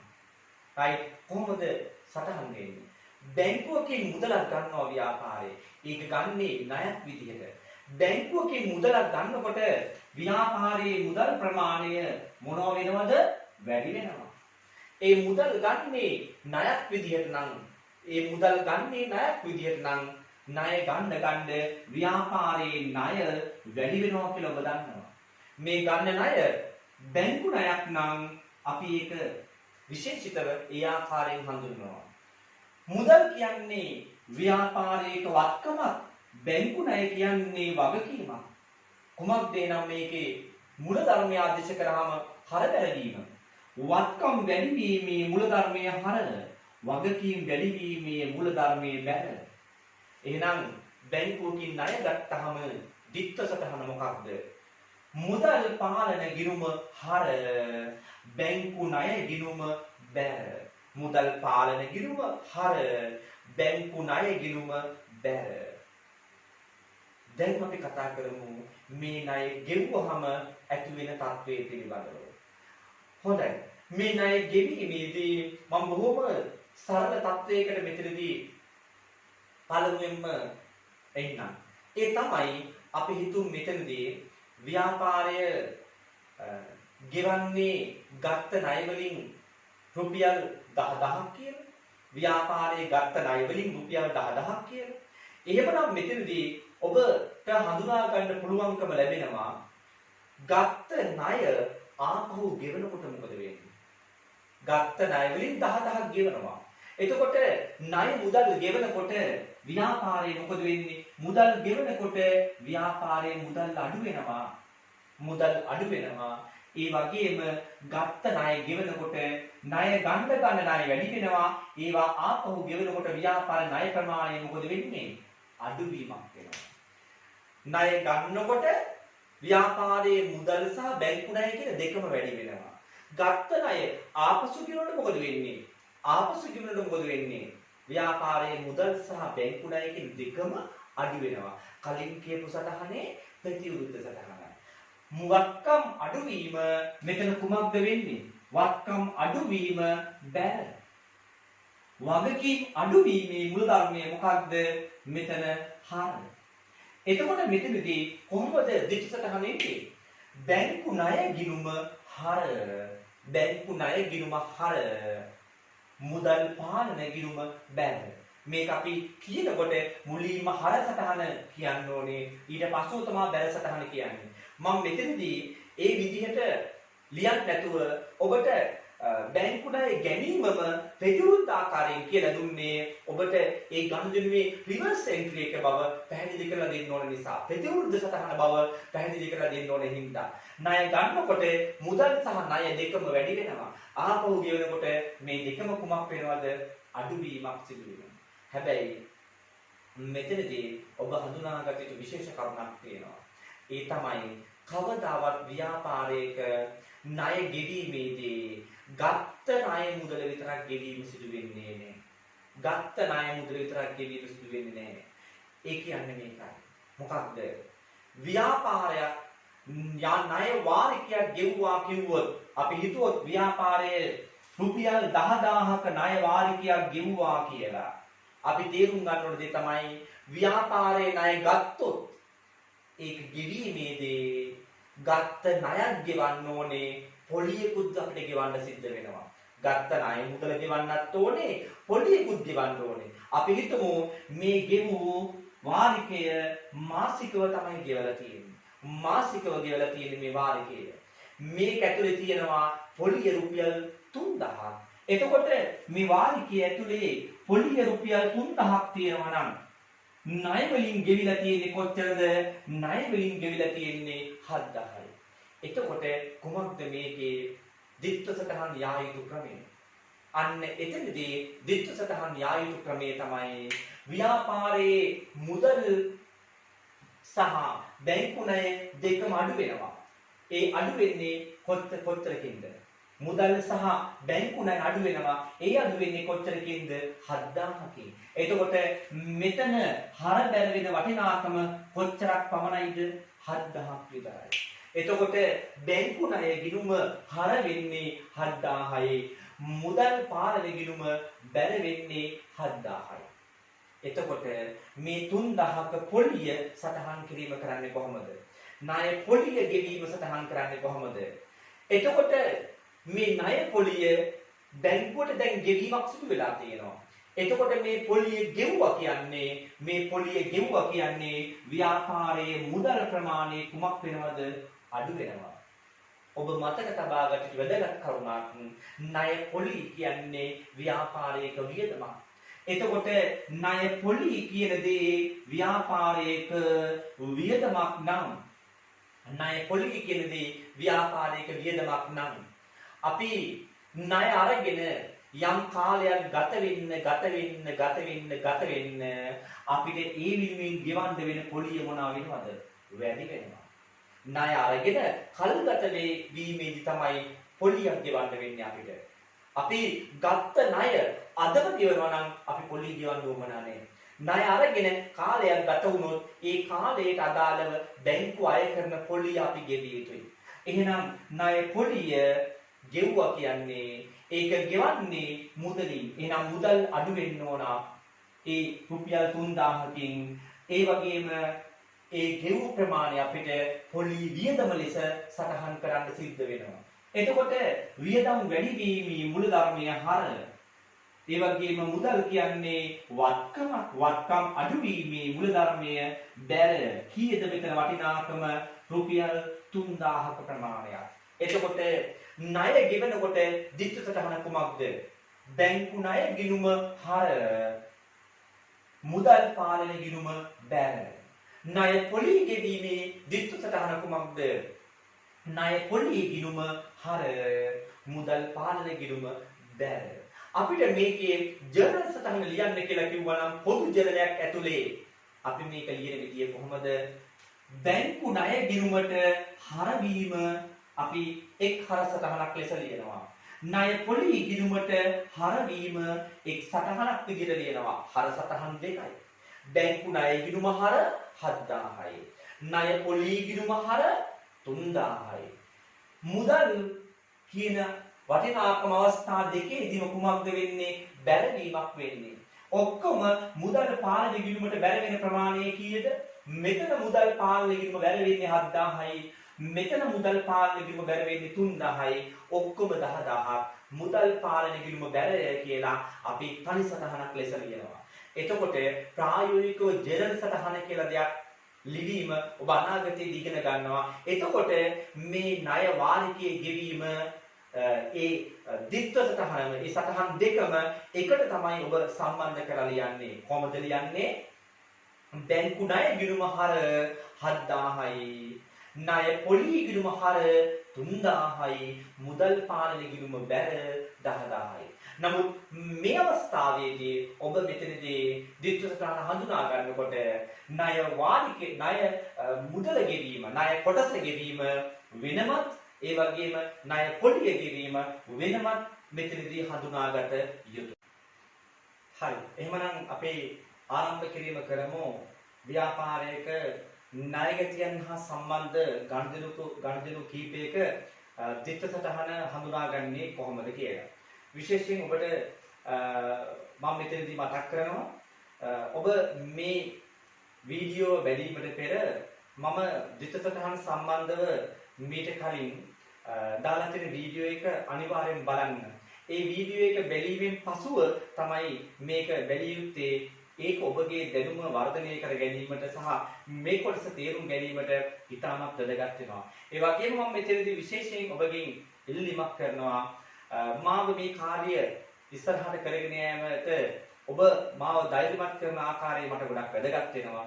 ඉතින් දැන්ටමත් US Accounting Brain කියලා කියන YouTube channel එක subscribe කරලා නැත්නම් ඔබ ඒක subscribe කරලා මට මේ කාර්ය කරගෙන යාම සඳහා අවශ්‍ය උත්තේජනය සපයන්න කියලා මම ඔබෙන් ඉල්ලීමක් කරනවා. හරි. එහෙමනම් මෙතනදී අපි ආරම්භ කිරීම කරමු කොහොමද මේ ණයගැතියන් හා සම්බන්ධ ගනුදෙනු වල දිට්ඨ සටහන් ටික නිර්මාණය වෙන්නේ කියලා. මා මෙතනදී ඔබට මුලින්ම ව්‍යාපාරයේ ණයගැතියෝ සම්බන්ධ වෙන්නේ කුමන ආකාරයෙන්ද කියලා පැහැදිලි කරලා දෙන්න ඕනේ. ඒ තමයි ව්‍යාපාරයට පුළුවන්කම තිබෙනවා ව්‍යාපාරයේ භාණ්ඩ මුදලට විකුණන්න. ව්‍යාපාරයේ භාණ්ඩ මුදලට විකුණන්න. ඔබ දන්නවා විකුණුම් කියලා කියන්නේ ව්‍යාපාරයේ ආදායම. එතකොට ව්‍යාපාරයේ වෙළඳ භාණ්ඩ ඒ කියන්නේ නැවත විකිණීමේ චේතනාවෙන් ගත්ත භාණ්ඩ වලට අපි කියන්නේ වෙළඳ භාණ්ඩ. මේ වෙළඳ භාණ්ඩ මුදලට විකුණන්නත් පුළුවන්, ව්‍යාපාරයට ණයට විකුණන්නත් පුළුවන්.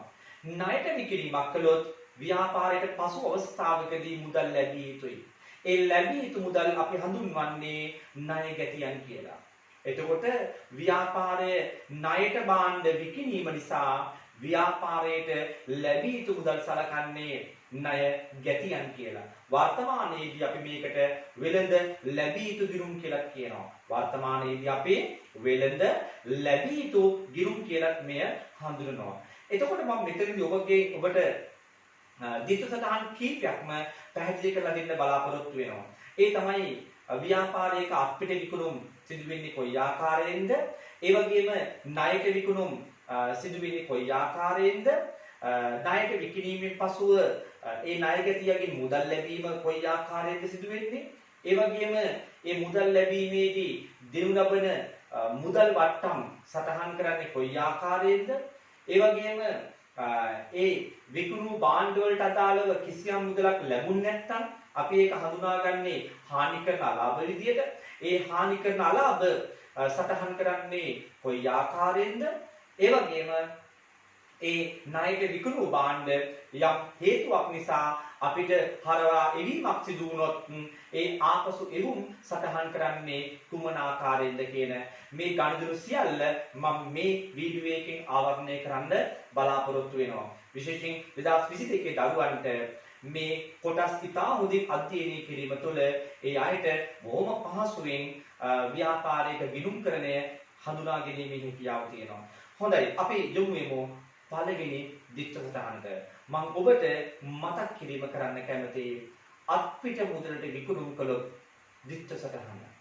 කොහොමද ඒක වෙන්නේ? මම ඔබට මීට පෙර වීඩියෝ එකකින් ඒ බව හඳුන්වා දීලා තියෙනවා. ව්‍යාපාරයේ භාණ්ඩ විකුණුම් කරනවා මුදලට.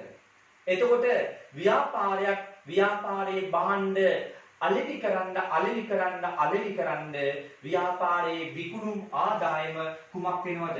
ව්‍යාපාරයේ විකුණුම් කියන ආදායම මොනවා වෙනවද? වැඩිවීමක් වෙනවා.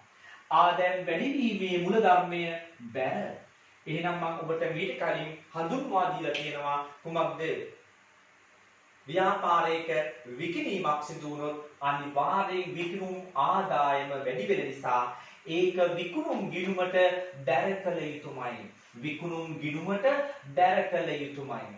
එතකොට මේ විකුණන්නේ මුදලට නම් අපිට පැහැදිලිව පේනවා accountant හැටියට පැහැදිලිව පේනවා ඔයාට ව්‍යාපාරයට මුදල් ලැබෙනවා. ව්‍යාපාරේ භාණ්ඩ විකුණන්නේ මුදලට නම් ව්‍යාපාරයට මුදල් ලැබෙනවා. මුදල් ලැබෙනකොට ව්‍යාපාරයේ මුදල් කියන වත්කම කුමක් වෙනවද? වැඩි වෙනවා. වත්කම් වැඩි වීමේ මූලධර්මය හර.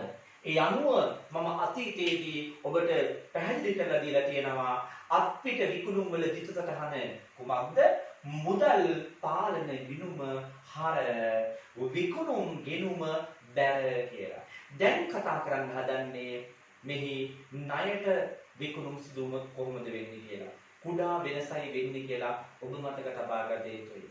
ඒ තමයි ව්‍යාපාරයේ මුදලට භාණ්ඩ විකුණුම් කළත් ණයට විකුණුම් කළත් ව්‍යාපාරයේ විකුණුම් කියන ආදායමේ කිසි වෙනසක් වෙන්නේ නැහැ. මුදලට විකුණුම් කළත් ණයට විකුණුම් කළත් ඒ විකුණු භාණ්ඩ වල වටිනාකම විකුණුම් ආදායම වැඩිවීමක් ලෙස හඳුනාගත යුතුයි. මුදලට විකුණුවත් ණයට විකුණුවත් ඒ විකුණුම් ආදායම වැඩිවීමක් ලෙස ඔබ හඳුනාගත යුතුයි. ඒක නිසා විකුණුම් ගිණුමට බැර කිරීම කියන සටහනේ කිසිදු වෙනසක් වෙන්නේ නැහැ.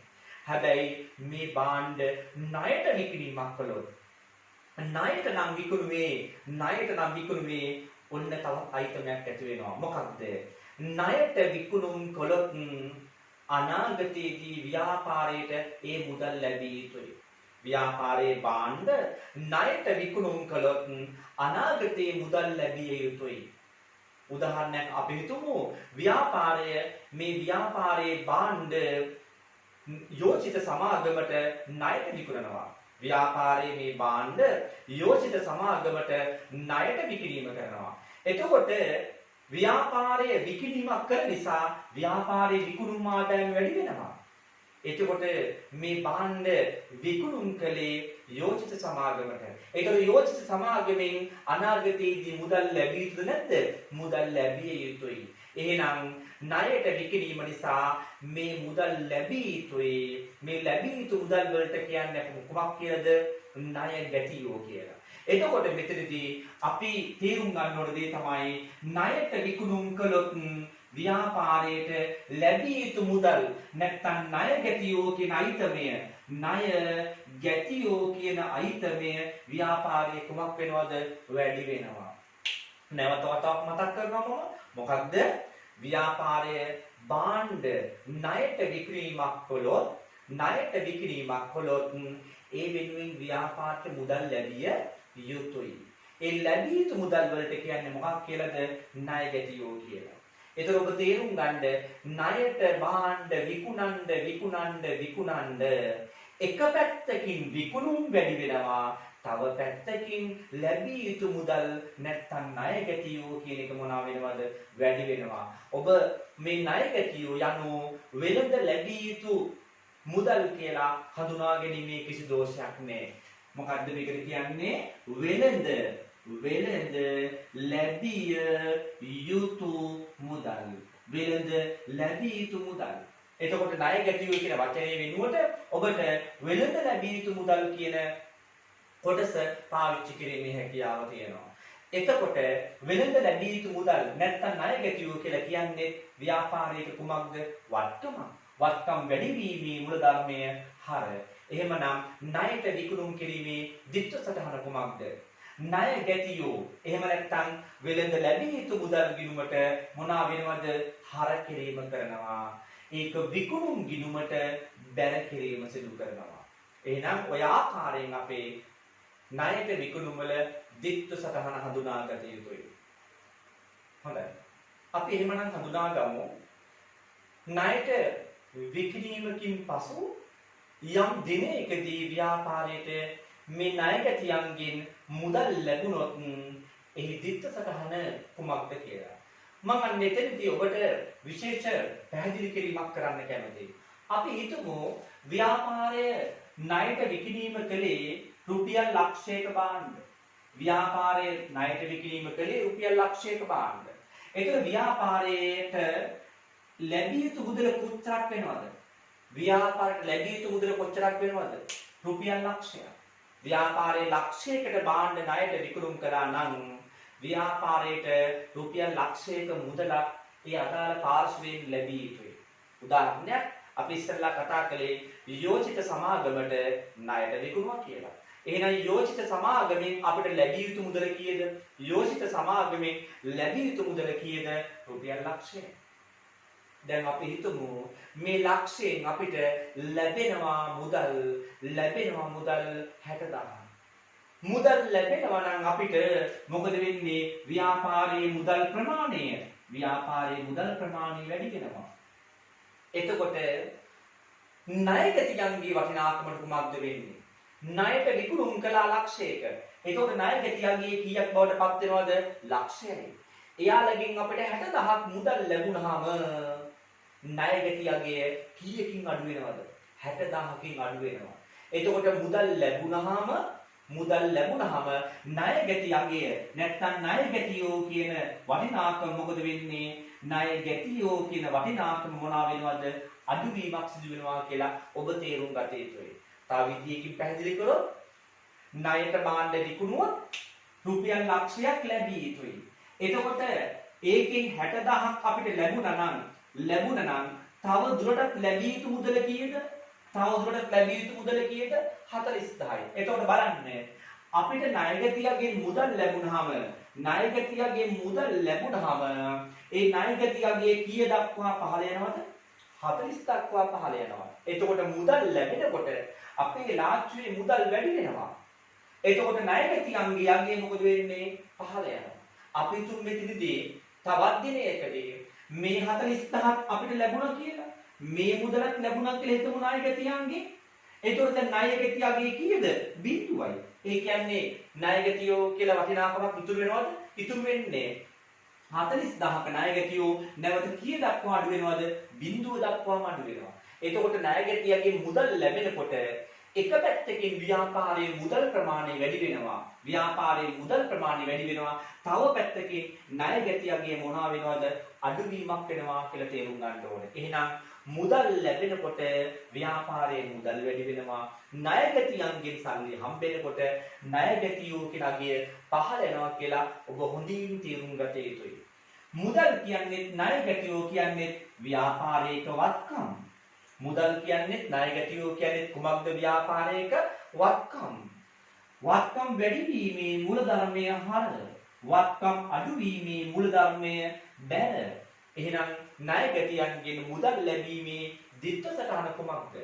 මුදල් පාලන ගිණුමට හර. මුදල් පාලන ගිණුම හර. ණය ගැටි පාලන ගිණුම බැර. ණය ගැටියෝ වෙනුවෙන් හදන ගිණුම අපි හඳුන්වන්නේ ණය ගැටි පාලන ගිණුම කියලා. එහෙනම් ණය ගැටි පාලන ගිණුමට කුමක් වෙනවද? බැලවීම තමයි සිදු වෙන්නේ. ඉතා පැහැදිලි මම හිතනවා මේ ගන්න. හොඳයි. අපි එහෙමනම් දැන් යමු වෙන්න හදන්නේ ණය ගැටියන් සම්බන්ධව ඉතා වැදගත් ගනුදෙනුවකට.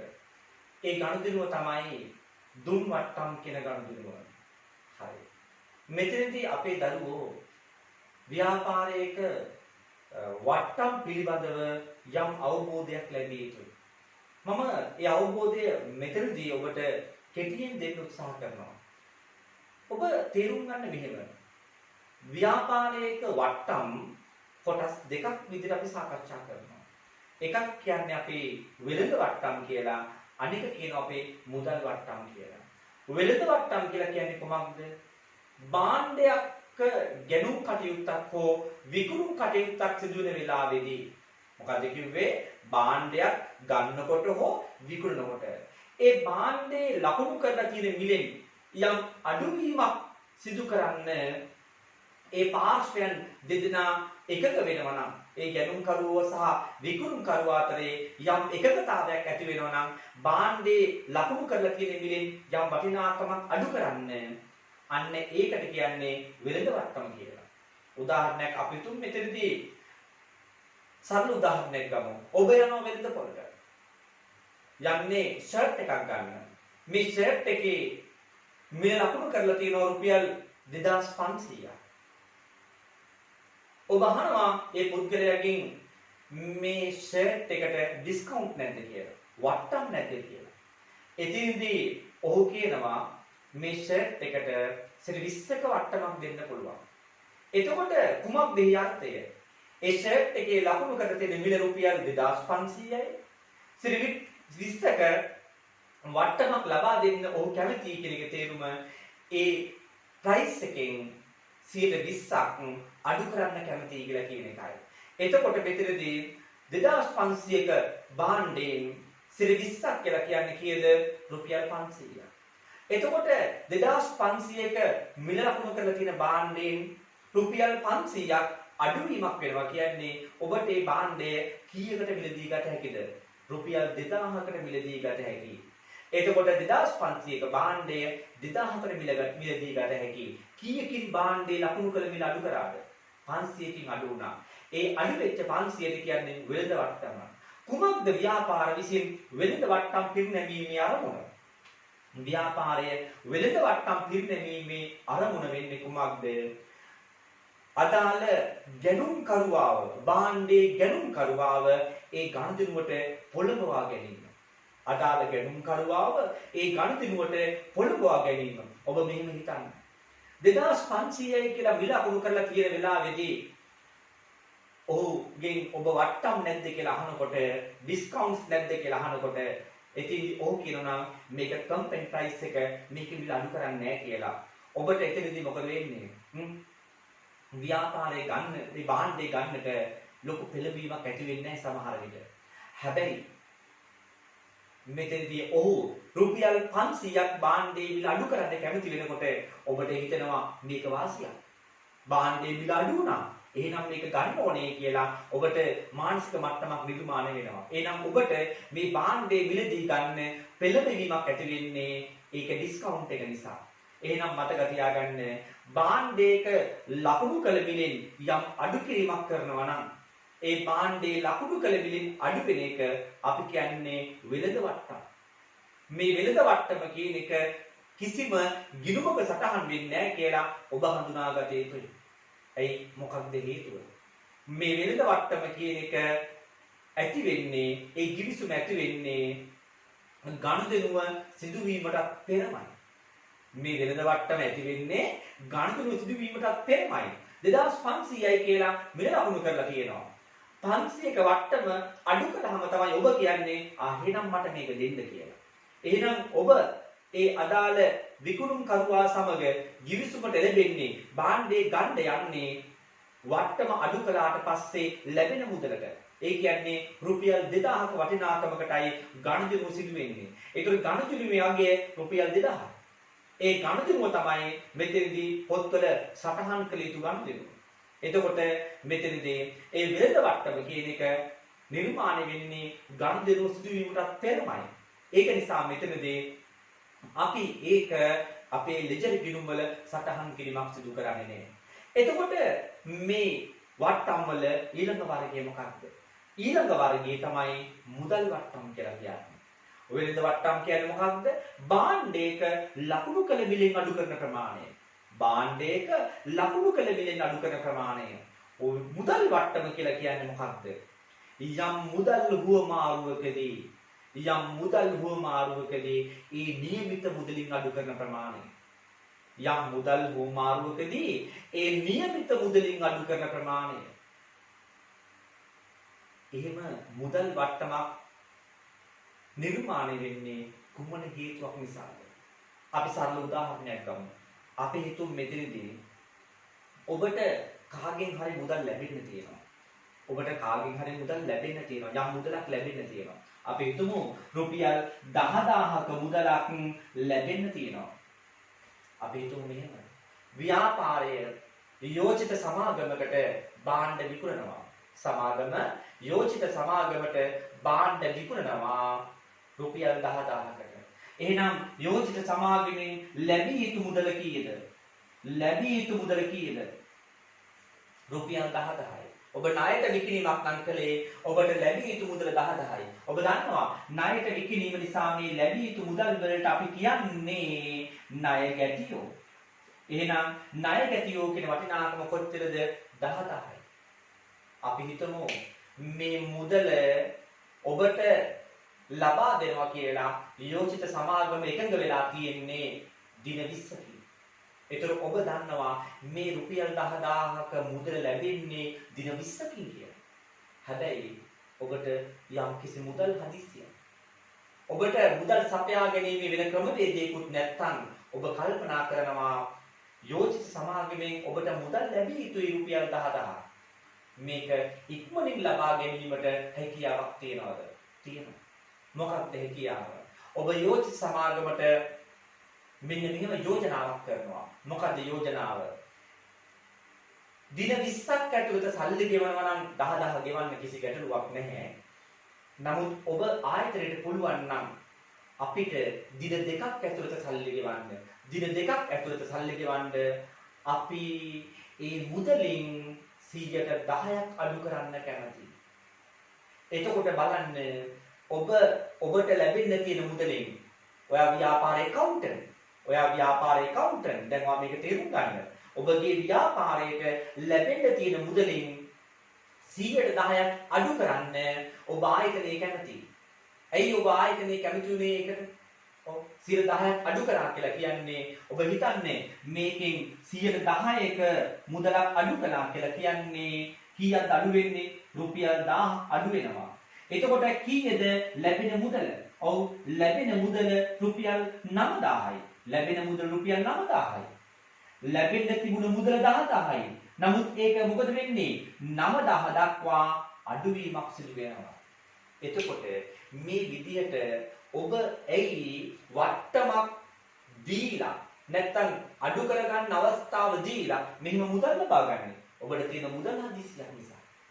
එහෙනම් අපි මොකක්ද මේ දුම් වට්ටම කියන්නේ? මෙන්න මේකට තමයි අපි කියන්නේ දුම් වට්ටම කියලා. හරිද? එතකොට එහෙනම් මෙතනදී කුමක්ද දුන් වට්ටම කියලා කියන්නේ? බොහොම ප්‍රායෝගිකව දකින්න මේක. මොකක්ද දුන් වට්ටම කියන්නේ? ඔව්. ණය ගැතියන්ගෙන් ඉක්මනින් මුදල් ලබා ගැනීම සඳහා. මොකද කිව්වේ? මේ ණය ගැතියගෙන් ඉක්මනින් මුදල් ලබා ගැනීම සඳහා එම ලැබිය යුතු මුදලින් මෙන්න ලැබිය යුතු මුදල. ඒ ලැබිය යුතු මුදලින් අඩු කර ගැනීමට ඉඩ දෙන ප්‍රමාණය. යෝතිස් සමාගමට 10000ක් අඩු කරගන්න කියලා අපි ඉඩ දුන්නා. ඒ අනුව ඒ 10,000 අඩු කරගන්න කියලා ඉඩ දුන්නා. ඒ 1000 අඩු කරගෙන තමයි අපිට එහෙනම් මෙතනදී මුදල් ලැබෙන්නේ. එහෙමනම් මෙතනදී ඔන්න අපි මොකක්ද මේ දුන් වට්ටම කියලා කියන්නේ? ණය ගැතියන්ගෙන් ඉක්මනින් මුදල් ලබා ගැනීමේදී නැත්නම් ලබා ගැනීම පිණිස එම ලැබිය යුතු මුදලින් ණය ගැතියාට අඩු කරගන්න ඉඩ දෙන ප්‍රමාණය අපි කියනවා දුන් වට්ටම් කියලා. මෙතන 1000ක වට්ටමක් අපි දීලා තියෙන්නේ 10යි. අපි හිතමු මෙතනදී එතකොට ලැබෙන්නේ මුදල කීයද? ලැබෙන මුදල කීයද? 9000යි. ලැබෙන මුදල කීයක් වෙනවද? 9000යි. අපි හිතමු අපි මෙතනදී 20ක වට්ටමක් දුන්නා කියලා. එහෙනම් මෙතන එන්නේ කීයද? 20ක් අඩු කරගන්න කියලා ඉඩ දුන්නොත් මෙතන 2000ක් එන්නේ. එහෙනම් ලැබෙන මුදල කීයද? 8000ක් වෙනවා. එතකොට මෙතනදී අපිට පැහැදිලි වෙනවා 10ක් වට්ටම් දෙනකොට අපිට ලැබෙන්නේ 9000යි. 20ක් වට්ටම දෙනකොට අපිට ලැබෙන්නේ කොච්චරක් වෙනවද එතකොට? 2000ක් නම් මෙතන එන්නේ 10000න් 2000ක් අඩු කරාම එන උත්තරේ කීයද? 8000යි. පැහැදිලිද කියන දේ? එහෙනම් මේ දුන් වට්ටම් වල දිට්ඨ සටහන කොහොමද? වට්ටම් දෙන්න ව්‍යාපාරයේ දුන් වට්ටම් කියන ප්‍රමාණය මොකද වෙන්නේ? දුන් වට්ටම් කියන ප්‍රමාණය වැඩි වෙනවා. ඒ වගේම වට්ටම් දෙන්න ව්‍යාපාර ලැබිය යුතු මුදල මොකද වෙන්නේ? ව්‍යාපාරයට ලැබිය යුතු මුදල කුමක් වෙනවද? අඩුවීමක් සිදු වෙනවා. එහෙනම් මෙතනදී ඒ කියන්නේ ණය ගැතියෝ කියලා කියන අගය මොනවා වෙනවද? අඩුවීමක් සිදු වෙනවා. ණය ගැතියෝ කියන්නේ වත්කමක් කියලා ඔබ පහසුවෙන් හඳුනාගෙන ඉවරයි. වත්කම් අඩුවීමේ මූලධර්මයේ බැන දුන් වට්ටම් යන කුමක්ද? දුන් වට්ටම් කියලා කියන්නේ හොඳින් හඳුනා ගන්න ව්‍යාපාරයට අලාභයක්. ව්‍යාපාරයට අලාභයක්. ඇයි? අපිට ඉක්මනින් මුදල් ලබා ගන්න යෑමේ ප්‍රතිඵලයක් විදිහට මොකද්ද වෙන්නේ මෙතනදී? ණය ගැතියාගෙන් ලැබෙන්න තියෙන මුදලින් කීයක් ලැබෙන්නේ නැද්ද? අපිට ලැබිය යුතු මුදලින් රුපියල් 1000ක් ලැබෙන්නේ.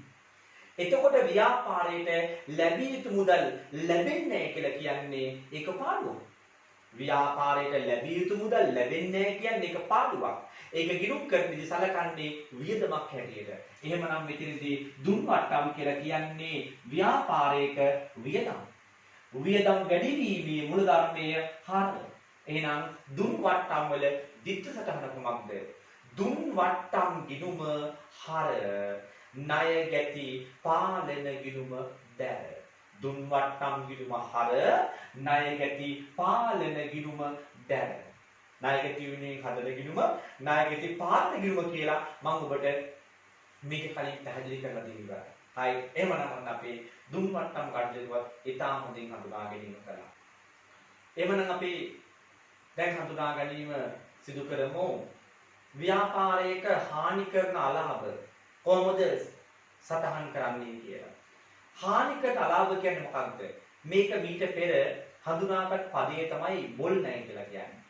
ඒ කියන්නේ ව්‍යාපාරයට ණයගැතියන්ගෙන් ලැබිය යුතු මුදල් යම් හේතුවක් නිසා නිශ්චිතවම ලැබෙන්නේ නැහැ කියලා තහවුරු වුණොත් එහෙම ඒ ලැබෙන්නේ නැහැ කියලා නිශ්චිතවම තහවුරු වෙච්ච සල්ලි වලට අපි කියනවා බොල් ණය කියලා. ඒකට කියන වචනේ තමයි වර්තමානයේදී හානි කරන අලාභ. අපි හිතමු මෙතනදී ව්‍යාපාරයේ ණයගැතියා බංකොලොත් වීමක් වෙනවා. එහෙනම් උසාවියෙන්ම ඔහුගෙන් මුදල් අය කර ගැනීම වළක්වනවද නැද්ද? වළක්වනවා. අපිට එතකොට එයාගෙන් මුදල් අය කරගන්න පුළුවන් හැකියාවක් නැහැ. හැබැයි එයා මෙතනදී උසාවියට ගිහිල්ලා ඔප්පු කරන්න ඕනේ එයා ගුණවත් පුද්ගලයෙක් කියලා. එහෙම වුණොත් තමයි මෙතනදී ඔහුට මුදල් නොදී සිටීමේ හැකියාව තියෙන්නේ. කොහොම හරි හැබැයි උසාවියට ගිහිල්ලා එයා ඒ ඔප්පු කිරීම කරලා තියෙනවා නම් මෙතනදී අපිට ඔහුගෙන් මුදල් ලබා ගැනීමේ හැකියාවක් නැහැ. ඒ වගේම අපි හිතමු මේ ණයගැතියා උමතු වෙලා අපිට මෙයාගෙන් මුදල් අය කරගන්න හැකියාවක් නැහැ. එක්කෝ මෙයා රට අතහැරලා ගිහිල්ලා. එහෙම නැත්නම් මෙයා අපි තුමු මිය ගිහිල්ලා අපිට මේ මුදල් අය කරගන්න හැකියාවකුත් නැහැ. එහෙනම් මේ හේතු නිසා ව්‍යාපාරයට ණයගැතියන්ගෙන් ලැබිය යුතු මුදල් ලබා ගන්න විදිහක් නැත්නම් ඒක නිශ්චිතවම ලැබෙන්නේ නැහැ කියලා තහවුරු වෙනවා නම් ඒකට කියන්නේ බොල් ණය කියලා. ඒතර ඔබ තේරුම් ගන්න යුතු දේ තමයි බොල් ණය කියලා කියන්නේ ව්‍යාපාරයට එහෙනම් ලැබෙන්න තියෙන මුදල් නොලැබී යාම. ඒ නිසා මේ බොල් ණය කියලා කියන්නේ ව්‍යාපාරයට පාඩුවක් ලෙස තමයි අපි හඳුනා ගැනීම කරන්නේ. එහෙනම් බොල් ණය නැත්නම් හානි කරන අලාභ කියලා කියන්නේ හානි කරන අලාභ කියලා කියන්නේ ව්‍යාපාරයක මොකක්ද වියදමක් ලෙස තමයි හඳුනාගන්නේ. එතකොට මෙතනදී ණය ගැතියන්ගේ ලැබී යුතු මුදල් හානි කරන අලාභ වෙනවා කියන්නේ එහෙම වෙන්න ඒ හානි කරන අලාභ කියන වියදම වැඩි වීමක් තමයි අපිට වෙන්නේ. වියදම් වැඩි වීමේ මූලධර්මය හර. එතකොට ණය ගැතියන්ගෙන් ලැබෙන තියෙන සල්ලි ලැබෙන්නේ නැත්නම් එතින්දී ණය ගැතියගේ අපේ මොකද වෙන්නේ? ණය ගැතියෝ කියන වටිනාකම අපේ පහළ යෑමක් තමයි සිදු වෙන්නේ. ණය ගැතියන්ගෙන් ලැබෙන්න තියෙන මුදල් ලැබෙන්නේ නැහැ කියන්නේ ණය ගැතියගේ පහළ යෑමක් සිදු වෙන්නේ. ණය ගැතියෝ කියන්නේ වත්කම් අඩුවීමේ මූලධර්මය බැන. එහෙනම් ණය ගැතියන්ගෙන් බොල් ණය සිදුවීම නැත්නම් ණය ගැතියන් හානි කරන අලාභ බවට පත්වීම වුණොත් කුමක්ද දිට්ඨ සටහන? බොල් ණය ගිණුම නැත්නම් හානි කරන අලාභ ගිණුම හර ණය ගැති පාලන ගිණුම බැර. එhmenan අපි දැන් සාකච්ඡා කිරීම ආරම්භ කරමු. ව්‍යාපාරයේ විසින් ණයට විකුණු භාණ්ඩ ආපසු එවීමක් සිදු වුවොත් එහි දිට්ඨ සටහන පිළිබඳව. දැන් ව්‍යාපාරය යම් භාණ්ඩ තොගයක් ණයට විකුණුම් කළා කියලා අපි හිතමු. රුපියල් ලක්ෂයක භාණ්ඩ ණයට විකිණීමක් කළා.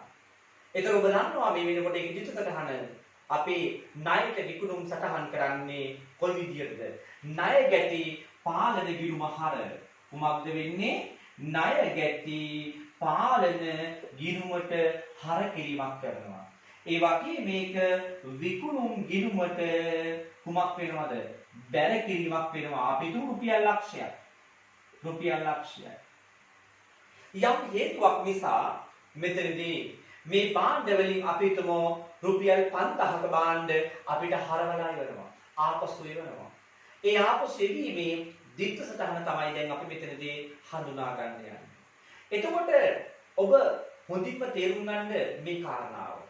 ඒ තමයි ව්‍යාපාරය භාණ්ඩ විකුණන්න ව්‍යාපාරයේ විකුණුම් කියන ආදායම වැඩි වෙනවා. විකුණුම් ආදායම වැඩි වෙනවා. ඒක ණයට විකුණන්න ණය ගැතියෝ නැත්තම් වෙළඳ ලැබිය යුතු දෑ කියන වටිනාකම මොනවා වෙනවද? වැඩි වෙනවා. ණය ගැතියෝ එහෙම නැත්තම් අපි කියනවා මොකක්ද? වෙළඳ ලැබිය යුතු දෑ නැත්නම් වෙළඳ ලැබිය යුතු මුදල් කියන එක වැඩි වෙනවා.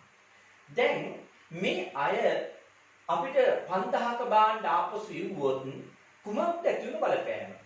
ඔබ තේරුම් ගන්න ඕනේ සරලම බලපෑම තමයි ණයට විකුණනකොට ණය ගැතියෝ සහ විකුණුම් කියන දෙකම වැඩි වෙනවා. ඒ විකුණු භාණ්ඩ ආපසු එවනකොට මොකද වෙන්නේ? කුමක්ද වෙන්නේ? ව්‍යාපාරයේ විකුණුම් කියන ආදායම අඩු වෙනවා. විකුණුම් කියන ආදායම අඩු වෙනවා. කීයකින්ද අඩු වෙන්නේ? රුපියල් 5000. ඒ වගේම තමයි ව්‍යාපාරයේ ණය ගැතියන්ගෙන් ලැබෙන්න තියෙන සල්ලි අඩු වෙනවා. කීයකින්ද? රුපියල් 5000. පැහැදිලිද කියමුදේ? එහෙනම් ව්‍යාපාරයේට ණය ගැතියන්ගෙන් ලැබෙන්න තියෙන සල්ලි අඩු වෙනවා. ඒ වගේම විකුණුම් කියන ආදායමත් කුමක් වෙනවද? ව්‍යාපාරයක අඩුවීමක් සිදු වෙනවා. විකුණුම් කියන ආදායමත් අඩුවීමක් වෙනවා. කීයකින්ද? රුපියල් 5000කින්. එතකොට අපි මේක කොහොමද දිට්ඨ සටහනක් විදිහට හඳුනාගන්නේ? ඒ තමයි අපි විකුණුම් කලේ ලක්ෂයකට නම් ණය ගැතිය වැඩි වුණා. එතකොට විකුණු භාණ්ඩ ආපසු එවුව කියලා කියන්නේ කුමක්ද වෙන්නේ? ණය ගැතියන්ගෙන් අපිට ලැබෙන්න තියෙන මුදල කුමක් වෙනවද? අපි ණයට විකුණුවාම ලැබිය යුතු මුදල ලක්ෂයයි. එයා 5000ක බාණ්ඩ ආපසු ඉවුවා කියලා කියන්නේ ඔහු අපිට ලබා දී යුතු මුදල ඉදිරියට කොච්චරක් බවට පත් වෙනවද? 95000ක් පමණක් බවට පත් වෙනවා. අපි ඔහුට ලක්ෂයක බාණ්ඩ තමයි ලබා දුන්නේ. ඔහු පොරොන්දු වුණා ලක්ෂයක් අපිට මුදල් ලබා දෙනවා කියලා. හැබැයි එයා පරීක්ෂා කරලා බලනකොට 5000ක බාණ්ඩ හොඳ නැහැ. එයා මොකක්ද කරන්නේ? 5000ක බාණ්ඩ දෙක අපිට ලබා දීලා ඉතුරු රුපියල් 95000 විතරයි අපිට ලබා දෙන්නේ. එහෙනම් අපේ යවපු බාණ්ඩ හොඳ නැත්නම් අපිට ලැබිය යුතු මුදල මොනවා වෙනවද? අඩු වෙනවා. ඒ කියන්නේ ණය ගැතියගේ පහළ යනවා. එහෙනම් මෙතනදී එක් බලපෑමක් තමයි ණය ගැතියෝ කියන වටිනාකම කුමක් වෙන එකද? අඩු වෙන එක. ණයට විකුණනකොට ණය ගැතියෝ කියන වත්කම වැඩි වෙනවා. ඒ විකුණු භාණ්ඩ ආපසු වෙනකොට ණය ගැතියෝ කියන වත්කම කුමක් වෙනවද? අඩුවීමක් සිදු වෙනවා. ඒ ණය ගැතියන්ට ඇති වෙන බලපෑම තමයි සාකච්ඡා කළේ. විකුණුම් වලට ඇති වෙන බලපෑම කුමක්ද? අපි විකුණුම් කරනකොට විකුණුම් ආදායම අපේ වැඩි වෙනවා. විකුණුම් කරනකොට විකුණුම් ආදායම අපේ කුමක් වෙනවද? වැඩි වෙනවා. විකුණු භාණ්ඩ ආපසු එවුවහම අපේ ආදායම කීයකින් අඩු වෙනවද? අපේ ආදායම අඩු වෙනවා. එතකොට ආපසු ඉවුම් කියලා කියන්නේ කුමක්ද? අපේ ආදායම අඩුවීමක්. විකුණනකොට ඒක විකුණුම් කියලා හඳුනා ගන්නවා. ආපසු එවීමේදී අපි හඳුනාගන්නේ ඒක ආපසු එවුම් හැටියට. එතකොට ආපසු එවුම් කියලා කියන්නේ විශේෂයිතමයක් ව්‍යාපාරයක. කුමක්ද? ඍණ ආදායම. මොකක්ද ඒක? ඍණ ආදායම. විකුණුම් කියලා කියන්නේ ව්‍යාපාරික ආදායමක්. ඒ විකුණු භාණ්ඩ ආපසු එවුවා කියන්නේ ව්‍යාපාරයේ විකුණුම් ආදායම අඩු වෙනවද නැද්ද? අඩු වෙනවා. අපි හඳුනාගන්නේ ඒක විකුණුම් අඩුවීමක් ලෙස නොවේ. විකුණුම් අඩුවීමක් ලෙස නොවේ ආපසු ඉවුම් ලෙසට. හැබැයි විකුණුම් අඩුවීමක් තමයි ඇත්තට මෙතනදී සිදු වෙන්නේ. ඒක නිසායි මෙතනදී ආපසු ඉවුම් කියන එක ඍණ ආදායම් කියලා අපි හඳුනාගන්නේ. විකුණුම් ආදායම අඩුවීමක් තමයි එතන සිදු වෙන්නේ. ඍණ ආදායමක් නම් ආදායම අඩුවීමක් නම් ආදායම අඩුවීමේ මූලධර්මය කුමක්ද? ආදායම අඩුවීමේ මූලධර්මය මොකක්ද? හර. ණය ගැතියෝ කියන්නේ වත්කම් අඩුවීමේ මූලධර්මය කුමක්ද? බැර. එහෙනම් ණයට විකුණු භාණ්ඩ ආපසු එවීමේ දිට්ඨ සටහන කුමක්ද? ආපසු එවුම් ගිණුම හර. ණය ගැති පාලන ගිණුම බැර. එහෙමනම් අපි මේ සාකච්ඡා කිරීම කලේ ව්‍යාපාරයක ණය ගැතියන් හා සම්බන්ධ ගණනුරු ටිකක්. මම හිතනවා ඒක ඉතා හොඳින් ඔබට පැහැදිලි වෙලා ඇති. ඔබ අපගේ channel එක subscribe කරන්න. එතකොට ඔබට ඔබගේට වැදගත් වෙන වීඩියෝ එකක් අපි දාපු සැනින් ඔබට ඒක නැරඹීමේ හැකියාව තියෙනවා. අපට notification එකක් එතකොට ලැබෙනවා. ඔබට ඔබගේ සාමාන්‍ය අධ්‍යාපන කටයුතු කරගෙන යන අතරතුරේදී මේ දැනුම පාවිච්චි කරලා ඔබගේ විභාගයේදී විශ්වවිද්‍යාල සිහිනය සැබෑ කිරීමේ හැකියාව ඔබට ලැබෙනවා. හොඳයි. අපි දැන් ආරම්භ කරන්න හදන්නේ ව්‍යාපාරයක දිට්ඨ සටහන් ගියුම් කරන්නේ අවසන් කොටස. ඔබ මේ වෙනකොට අපේ දිට්ඨ සටහන් මූලධර්ම සම්බන්ධව ඉගෙනූ වීඩියෝ දෙක බලලා නැත්නම් ඔබ මේකට පෙර අනිවාර්යෙන් ඒක බලන්න කියලා ඔබට මතක් කිරීමක් කරනවා. ඒ වගේම මෙතනදී ඔබ මේ වීඩියෝ එක නරඹන අතරතුරේම මේක subscribe කරන්න කියලා මම ඔබට මතක් කරනවා. මොකද ඔබ ඒ කරන දේ අපිට මේ කාර්යය කරගෙන යාමට ලොකු උත්තේජනයක්. right? ඔබට අපේ වීඩියෝ එකක් දාපු ගමන්ම notification එකක් එනවා. එතකොට ඒක බැලීමේ හැකියාව තියෙනවා. right? එහෙමනම් අපි මෙතනදී සාකච්ඡා කරන්න හදන්නේ ව්‍යාපාරයක අත්පිට ගැනුම්, ඒ වගේම ණයට ගැනුම්, ඒ වගේම ණය හිමියන්ට ගෙවන මුදල්, ඒ වගේම ණය හිමියන්ගෙන් ලැබෙන වට්ටම් සහ ණයට ගත්ත භාණ්ඩ ආපසු යැවීමට අදාළ දිට්ඨ සටහන් කීපය කොහොමද හඳුනාගන්නේ කියලා. ඒ අනුව අපි මෙතනදී පළමුවෙන්ම අවධානය යොමු කරමු ව්‍යාපාරයක අත්පිට ගැනුම් සටහන් කරන්නේ කොහොමද කියන එක පිළිබඳව. right. මම මෙතනදී ඔබට පළමුවෙන්ම පැහැදිලි කරලා දෙන්න කැමතියි මේ විදිහට. ඔබට මතක ඇති ගිණුම්කර සමීකරණ පාඩමේදී අත්පිට ගැණුම් සටහන් කරපු විදිය. ඒක ඔබට ගොඩක් වෙලාවට ප්‍රකාශ කළේ ගනුදෙනුව තුළ කොහොමද ව්‍යාපාරයේ අත්පිට මුදලට භාණ්ඩ තොගයක් ගත්තා කියලා. ව්‍යාපාරය අත්පිට මුදලට භාණ්ඩ තොගයක් ගත්තා කියලා. මොනවද මේ භාණ්ඩ තොග කියලා කියන්නේ? භාණ්ඩ තොග කියලා කියන්නේ මතක තියාගන්න ඕනේ ව්‍යාපාරයක වෙළඳ භාණ්ඩවලට. කොහොමද? ව්‍යාපාරයක වෙළඳ භාණ්ඩවලට. ඒ කියන්නේ කොහොමද? නැවත විකිණීමේ චේතනාවෙන් ගන්න භාණ්ඩ. ව්‍යාපාරයක වෙළඳ භාණ්ඩ කියන්නේ මොනවද? නැවත විකිණීමේ චේතනාවෙන් ගන්න භාණ්ඩ. ව්‍යාපාරයකට පුළුවන් ඉඩම් ගන්න, ගොඩනැගිලි ගන්න, යන්ත්‍ර ගන්න, ලී බඩු ගන්න, වාහන ගන්න, කාර්යාල උපකරණ ගන්න, පරිගණක ගන්න. නමුත් සාමාන්‍ය වෙළඳ ව්‍යාපාරයක වෙළඳ භාණ්ඩ කියලා කියන්නේ ඒ දේවල් නෙමෙයි. ඒව සලකන්නේ අපි දේපල පිරිය තහ උපකරණ කියලා. අපි ලිපි ද්‍රව්‍ය වෙළඳසැලක් ගත්තොත් ලිපි ද්‍රව්‍ය වෙළඳසැලක ලිපි ද්‍රව්‍ය තමයි වෙළඳ භාණ්ඩ. ඒ දේවල් තමයි අපි තොගේ ලෙස හඳුන්වන්නේ. කලින් කියපු දේවල් ඒ ව්‍යාපාරයේ දේපල පිරිය තහ උපකරණ. අපි ටෙක්ස්ටයිල් එකක් ගත්තොත් ටෙක්ස්ටයිල් එකේ වෙළඳ භාණ්ඩ කියන්නේ මොනවද? විකිණීමට ඇති රෙදි. අපි පාවහන් අලෙවි කරන ආයතනයක් ගත්තොත් ඒ පාවහන් තමයි වෙළඳ භාණ්ඩ කියලා කියන්නේ. අනිකුත් දේවල් අපි සලකන්නේ මම කලින් කියපු දේවල් දේපල පිරිය තහ උපකරණ.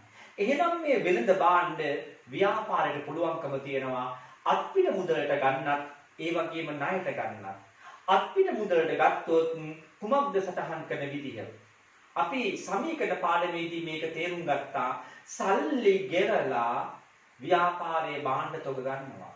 සල්ලි ගෙවනකොට ව්‍යාපාරයේ මුදල් කුමක් වෙනවද? ව්‍යාපාරයේ මුදල් කියන ප්‍රමාණය අඩු වෙනවා. සල්ලි ගෙවලා භාණ්ඩ තොග ගන්නකොට ව්‍යාපාරයේ භාණ්ඩ තොග ප්‍රමාණය මොනවා වෙනවද? වැඩි වෙනවා. ව්‍යාපාරයේ භාණ්ඩ තොග ප්‍රමාණය වැඩි වෙනවා. හැබැයි දිට්ඨසතහන් න්‍යාය පාඩමේදී මේ ගන්න භාණ්ඩ වලට අපි තොග කියලා කියන්නේ අපි මේකට කියන්නේ කුමක් කියලාද? ගැණුම් කියලා. අපි මේකට කියන්නේ ගැණුම්. එහෙනම් අත්පිට මුදලට ගැණුම් කිව්වහම ව්‍යාපාරයේ සල්ලි දීලා භාණ්ඩ ගත්තා කියන එක තමයි මේකේ අර්ථය. සල්ලි දෙනකොට මුදල් අඩු වෙනවා. ව්‍යාපාරයේ මුදල් අඩු වෙනවා. භාණ්ඩ ගන්නවා කියන්නේ ව්‍යාපාරයේ භාණ්ඩ නැත්තම් ගැණුම් කියන ප්‍රමාණය වැඩි වෙනවා. ගැණුම් කියලා කියන්නේ අපි දිට්ඨසතහන් ගිණුම් කරන්නේදී වියදමක් ලෙස හඳුනා ගන්නා දෙයක්. ගැණුම් කියලා කියන්නේ ව්‍යාපාරයක වියදමක්. මුදල් කියන්නේ වත්කමක් බව ඔබ දන්නවා. එතකොට වියදම් වැඩි වීමේ මූලධර්මය හර. වත්කම් අඩු වීමේ මූලධර්මය බැහැ. එහෙනම් අත්පිට ගැණුම් වල දිට්ඨසතහන කුමක්ද? අත්පිට ගැණුම් වල දිට්ඨසතහන කුමක්ද? ගැණුම් ගිණුම හර මුදල් පාලන ගිණුම බැර. එහෙනම් අපි යමු මේකේ ණයට ගැණුම් ගනුදෙනුව කෙසේද සටහන් කරන්න කියලා. ඔබට බොහොම චූටි වෙනසක් විතරයි මෙතන කරන්න තියෙන්නේ. මුදලට ගත්තත් ණයට ගත්තත් ව්‍යාපාරයට භාණ්ඩ ලැබෙනවද නැද්ද? ලැබෙනවා. ඒ ලැබෙන භාණ්ඩ අපි කියන්නේ මොනවා කියලාද? ගැණුම් කියලා. එහෙනම් ගැණුම් කියන දේ කොහොමද තියෙනවා ව්‍යාපාරයක? ඒ අනුව ගැණුම් ගිණුම හරවීම අත්පිට ගැණුම් ණයට ගැණුම් කියලා වෙනසක් වෙන්නේ නැහැ. ඒ ගණන් දෙකේම අනිවාර්යෙන් ගැණුම් ගිණුම හරවීම සිද්ධ වෙනවා. නමුත් ණයට ගැනීමේදී මුදල් වෙනුවට මෙතන වෙනත් පදයක් ආදේශ කිරීම සිදු වෙනවා. කුමක්ද ඒ ආදේශ වෙන වෙනත් පදය? ණයට භාණ්ඩ ගන්නකොට ව්‍යාපාරය යම් දිනයකදී සල්ලි ගෙවිය යුතුයි. ණයට ණයට භාණ්ඩ ගන්න සල්ලි ගෙවිය යුතුයි. ඒ ගෙවිය යුතු සල්ලි වලට අපි කියන්නේ මොකක් කියලාද? ණය හිමියෝ. ණය හිමියෝ. නැත්තම් අපි කියනවා වෙළඳ ගෙවිය යුතු දෑ. අපි කියනවා වෙළඳ ගෙවිය යුතු දෑ. ණයට ගන්න ව්‍යාපාරයේ ගෙවිය යුතු සල්ලි මොකද වෙන්නේ? ගෙවිය යුතු සල්ලි වැඩි වෙනවා. ඒ කියන්නේ ණය හිමියෝ වැඩි වෙනවා. එහෙනම් මෙතනදී ණය හිමියෝ කියන්නේ කුමක් කියලාද ඔබ හඳුනාගන්නේ? ගෙවි යුතු සල්ලි. ගෙවි යුතු සල්ලි කියන්නේ ව්‍යාපාරයක කුමක්ද? වගකීමක්. වගකීමක්. ඒක නිසා මෙතනදී ණය හිමියෝ නැත්තම් වෙළඳ ගෙවි යුතු දෑ කියන පාලන ගිණුමට කුමක්ද වෙන්නේ? බෑ. වගකීම් වැඩි වීමේ මූලධර්මයේ බෑ. එහෙනම් මොකද වෙන්නේ? ගැනුම් ගිණුම හර ණය හිමි පාලන ගිණුම නැත්නම් අපි කියනවා වෙළඳ ගෙවි යුතු දෑ පාලන ගිණුම බැර. මෙන්න ණයට ගැනීමේ දිටුසටහන. එහෙනම් බලන්න අත්පිට ගැනුම් සහ ණයට ගැනුම් දෙකේ වෙනස. කොහොම බාණ්ඩ ගත්තත් ගැනුම් ගිණුම හර මුදලට ගත්තොත් මුදල් පාලන ගිණුම බැර. ණයට ගත්තොත් ණය හිමි පාලන ගිණුම බැර. හොඳින් හඳුනා ගන්න ඒ වෙනස. හරි. එහෙමනම් දැන් අපි සාකච්ඡා කිරීම කරමු. ණයට ගත්ත භාණ්ඩ වලට අදාළව අපි මුදල් ගෙවීමක් සිදු වුණොත් ඒ මුදල් ගෙවීමේ දිට්ඨිසටහන කුමක්ද කියලා. අපි හිතමු ව්‍යාපාරයේ ණයට ගත්තේ රුපියල් 50000ක භාණ්ඩ. එහෙනම් ව්‍යාපාරයේ ගෙවිය යුතු මුදල කීයද? ගෙවිය යුතු මුදල කීයක් වෙනවද? රුපියල් 50000ක් බවට පත් වෙනවා. අපි හිතමු මේ ගෙවිය යුතු මුදල 50000යි. මේ ගෙවිය යුතු මුදලින් රුපියල් 30000ක් අපි මුදලින් ගෙවුවා කියලා ඒ භාණ්ඩ සැපෙන් කරවන්න. අපි භාණ්ඩ ගත්තේ ඉසුරු සමාගමෙන් නම් අපි භාණ්ඩ ගත්තේ ඉසුරු සමාගමෙන් නම් මොකද වෙන්නේ? අපි ඉසුරු සමාගමට ගෙවිය යුතු තිබු මුදල කීයද? රුපියල් 50000යි. දැන් මේ 50000න් අපි 30000ක් ගෙවනවා ඉසුරු සමාගමට.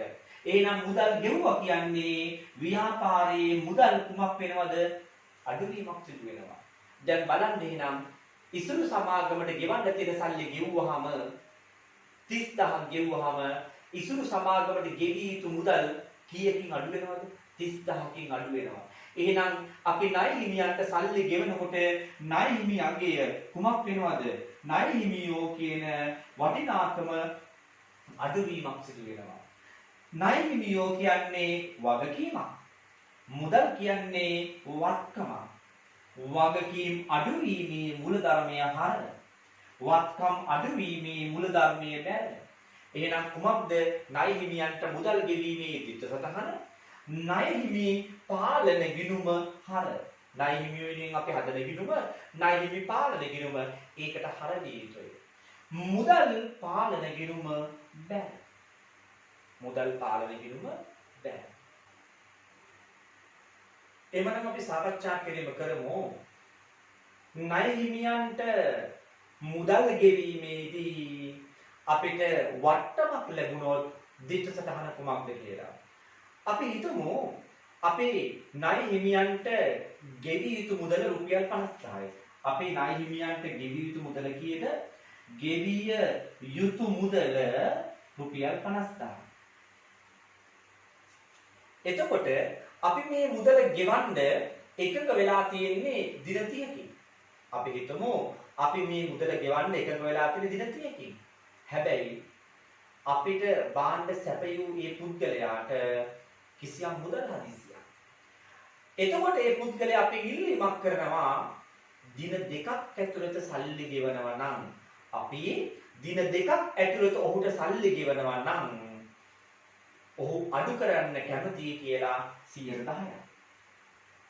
එතකොට එයා 10%ක් අඩු කරන්න කැමතියි නම් අඩු වෙන මුදල කීයයිද? 5000යි. ඒතකොට බලන්න අපි ගෙවිය යුතු මුදල කීයක්ද කියලා? 50000ක් තමයි ගෙවන්න තිබුණේ. නමුත් දින දෙකක් ඇතුළත අපි ඔහුට සල්ලි ගෙවනවා නම් ඔහු කියනවා 5000ක් අඩු කරන්න කැමතියි කියලා. එතකොට මෙතනදී එහෙනම් අපි ඔහුට ගෙවිය යුතු මුදල කීයද? අපි ගෙවිය යුතු මුදල 45000යි. බලන්න මෙතනදී අපි ගෙවිය යුතු මුදල කීය දක්වා අඩු වුණාද? ගෙවිය යුතු මුදල කීය දක්වා අඩු වුණාද? 50000 සිට 45000 දක්වා අඩු වුණා. ඇයි මෙහෙම වට්ටමක් ලැබුණේ? මේ වට්ටමේ මේ වාසිය ලැබුණේ කාටද? අපිටයි මේ වාසිය ලැබුණේ. මේ වාසිය ලැබුණේ අපිට. හරි 50000ක් ගෙවන්න තිබුණා. ඔහුට මුදල් හදිස්සියක්. ඉතින් ඔහුට මුදල් හදිස්සියක් නිසා ඔහුට අපෙන් ඉක්මනින් මුදල් ලබා ගන්න අවශ්‍යයි. ඒ සඳහා අපිට පෙළඹීමක් ඇති කරන්න එයාට උවමනා වුණා. අපිට මුදල් ගෙවීම සඳහා පෙළඹීමක් ඇති කරන්න එයාට උවමනා වුණා. ඒ නිසා එයා ඒකට ගත්ත උපක්‍රමය තමයි මොකක්ද? ඉක්මනින් අපි ඔහුට සල්ලි ගෙවනවා නම් 10ක් ඔහු අඩු කරන්න එකඟ වුණා. ඒ අනුව අපි තේරුම් ගන්නවා අපි කොහොමද යාට සල්ලි ගෙවිය යුතුයි. 50000ක් ගෙවිය යුතුයි. හැබැයි ඉක්මනින් ගෙවුවොත් අපි ගෙවන්න ඕන 45000යි. ඉක්මනින් ගෙවුවොත් අපි ගෙවිය යුත්තේ 45000යි. අපිට ගෙවිය යුතු මුදල අපේ අඩු වෙනවද නැද්ද? අඩු වෙනවා. එහෙනම් අපිට වාසියක් වෙනවා රුපියල් 5000ක. එහෙනම් මේ වාසිය අපිට ලැබෙන්නේ ඒ නිසා මේකට අපි කියනවා මොකක්ද? ලද වට්ටම කියලා. ඔබ හඳුනාගත යුතුයි මේ ලද වට්ටම කියලා කියන්නේ වාසිය අපි ගිණුම් කරන්නේදී සලකන්නේ ආදායමක් හැටියට. එහෙනම් මෙතනදී ණය හිමියන්ට ඉක්මනින් මුදල් ගෙවීමේදී ලැබෙන වට්ටම සටහන් කිරීමේ දිට්ඨ සටහන කුමක්ද? ඊටා සරලව ඔබට හඳුනා ගන්න පුළුවන්. අපිට වට්ටම් ලැබෙන්න අපේ ලද වට්ටම් කියන ප්‍රමාණය අපේ ලද වට්ටම් කියලා කියන ප්‍රමාණය මොකද වෙන්නේ? ලද වට්ටම් කියන ප්‍රමාණය වැඩි වෙනවා. වට්ටම් ලැබෙන්න අපේ ලද වට්ටම් කියන ප්‍රමාණය ඒ වාසිය අපේ ආදායම මොකද වෙන්නේ? වැඩිවීමක් වෙනවා.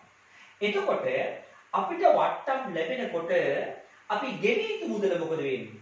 අපි ගෙවිය යුතු මුදල අඩු වෙනවා. ගෙවිය යුතු සල්ලි වලට තමයි අපි කියන්නේ ණය හිමියෝ කියලා. එහෙනම් ණය හිමියාගේ කුමක් වෙනවද? අඩුවීමක් සිදු වෙනවා 45000 දක්වා මෙතන. එහෙනම් ණය හිමියෝ නැත්තම් වෙළඳ ගෙවිය යුතු දෑ කියන එක අඩුවීමක් සිදු වෙනවා. ණය හිමියෝ කියන්නේ අපේ වගකීම් අඩුවීමේ මූලධර්මයේ කුමක්ද? හර. ලද වට්ටම් කියන්නේ මම කිව්වා අපිට ආදායම් වැඩිවීමේ මූලධර්මයේ කුමක්ද? බැන. එහෙනම් මෙතනදී වට්ටම් ලැබීමේ දිට්ඨ සටහන කුමක්ද? ණය හිමි පාලන ගිණුම හර. ණය හිමි පාලන ගිණුම හර. ණය හිමි වෙනින් හදන ගිණුම ණය හිමි පාලන ගිණුම.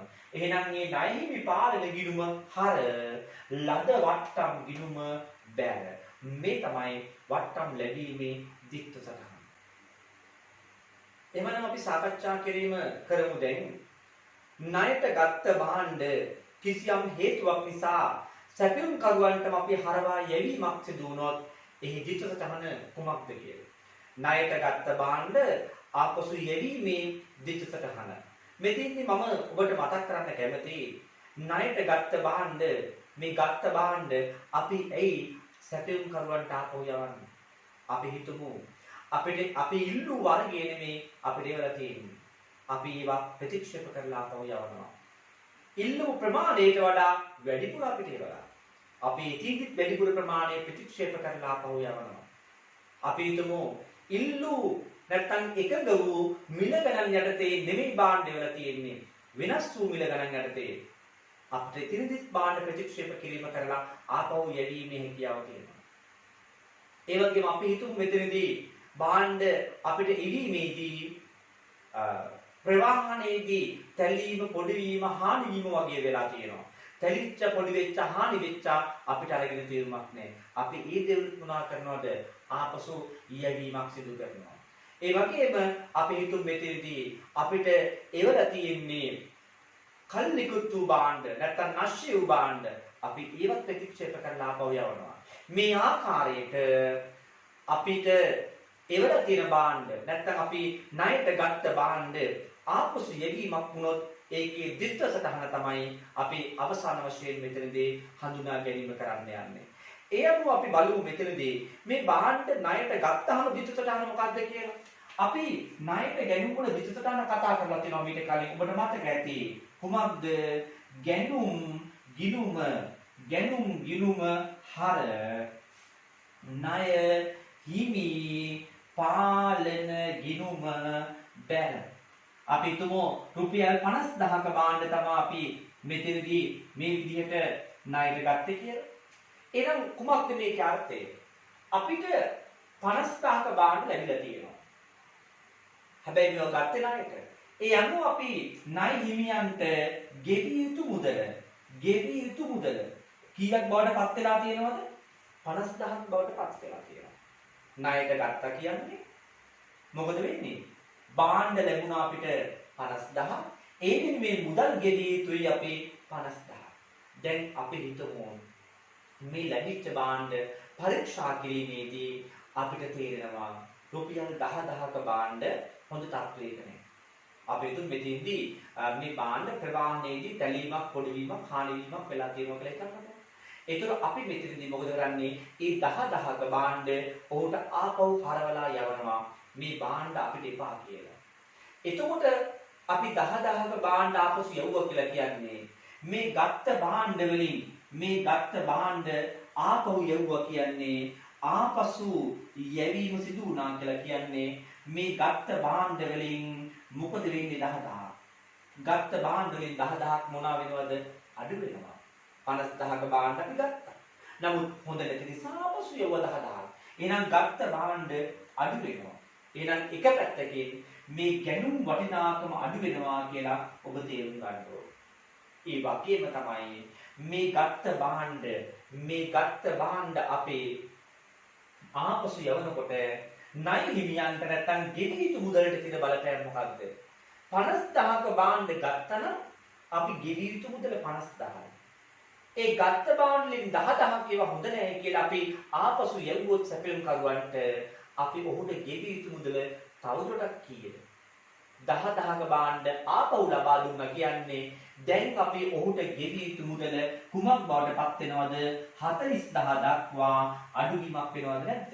අඩුවීමක් වෙනවා. ඒ කියන්නේ 10000කින් අපි ගෙවි යුතු මුදල ගුණා වෙනවද? අඩුවීමක් සිදු වෙනවා. එහෙනම් භාණ්ඩ ආපසු යැවීමේදී මොකද වෙන්නේ? ගෙවන්න තියෙන මුදල් ප්‍රමාණය අඩු වෙනවද නැද්ද? අඩු වෙනවා. එහෙනම් මෙතනදී අපි ණය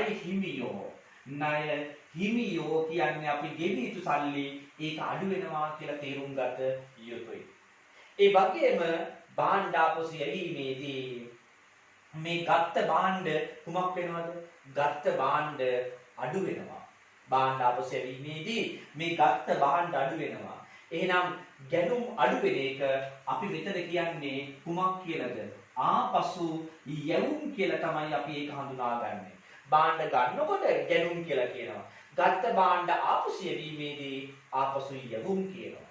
එතකොට ගැණුම් කියලා කියන්නේ ව්‍යාපාරයක කුමක්ද? වියදමක්. ගැණුම් කියලා කියන්නේ ව්‍යාපාරයක වියදමක්. ඒ ගත්ත භාණ්ඩ ආපසු යැවීමේදී ගැණුම් කියන වියදම කුමක් වෙනවද? ගැණුම් කියන වියදම අපේ අඩුවීමක් සිදු වෙනවා. මම කිව්වා ගැණුම් අඩු වෙනවා කියලා. එහෙනම් ගැණුම් කියන වියදම තමයි මෙතනදී මොනවා වෙන්නේද? අඩු වෙන්නේ. එහෙනම් මේ වියදම අඩුවීම අපි මෙතන හඳුනාගන්නේ කුමක් කියලාද? වියදම අඩුවීම අපි හඳුනාගන්නේ ඍණ වියදම් කියලා. එහෙනම් ඔබ තේරුම් ගත යුතු කාරණාව තමයි කුමක්ද? භාණ්ඩ ගත්ත භාණ්ඩ ණයට ගත්ත භාණ්ඩ ආපසු යැවීමේදී ආපසු යවන්න ආපසු යවන ප්‍රමාණය නම් වැඩි වෙනවා. නමුත් මෙතනදී කුමක්ද වෙන්නේ? ව්‍යාපාරයක ඍණ වියදමක් නිර්මාණය වෙනවා. ගැණුම් කියන්නේ වියදමක්. ගත්ත භාණ්ඩ ආපසු යවනකොට මොකද වෙන්නේ? ඒ වියදම අඩුවීමක් ලෙස තමයි අපි ඒක හඳුනාගන්නේ. ඒක විශේෂ තත්ත්වයක් ගිණුම් කරන්නේදී. ණය හිමියෝ කියන්නේ එතකොට වගකීම් අඩුවීමේ මූලධර්මය හර. වියදම් අඩු වෙනවා කියන්නේ වියදම් අඩුවීමේ මූලධර්මය බැර. එහෙනම් අපි දිට්ඨ සටහන හඳුනා ගන්නවා ආපසු යැවුම් වල කුමක්ද? ණය හිමි පාලන ගිණුම හර ආපසු යැවුම් ගිණුම බැර. එහෙමනම් මේ ආකාරයට අපේ ව්‍යාපාරයක ප්‍රචලිත දිට්ඨ සටහන් පිළිබඳව තමයි මේ සාකච්ඡා කිරීම අවසන් කිරීම කරේ.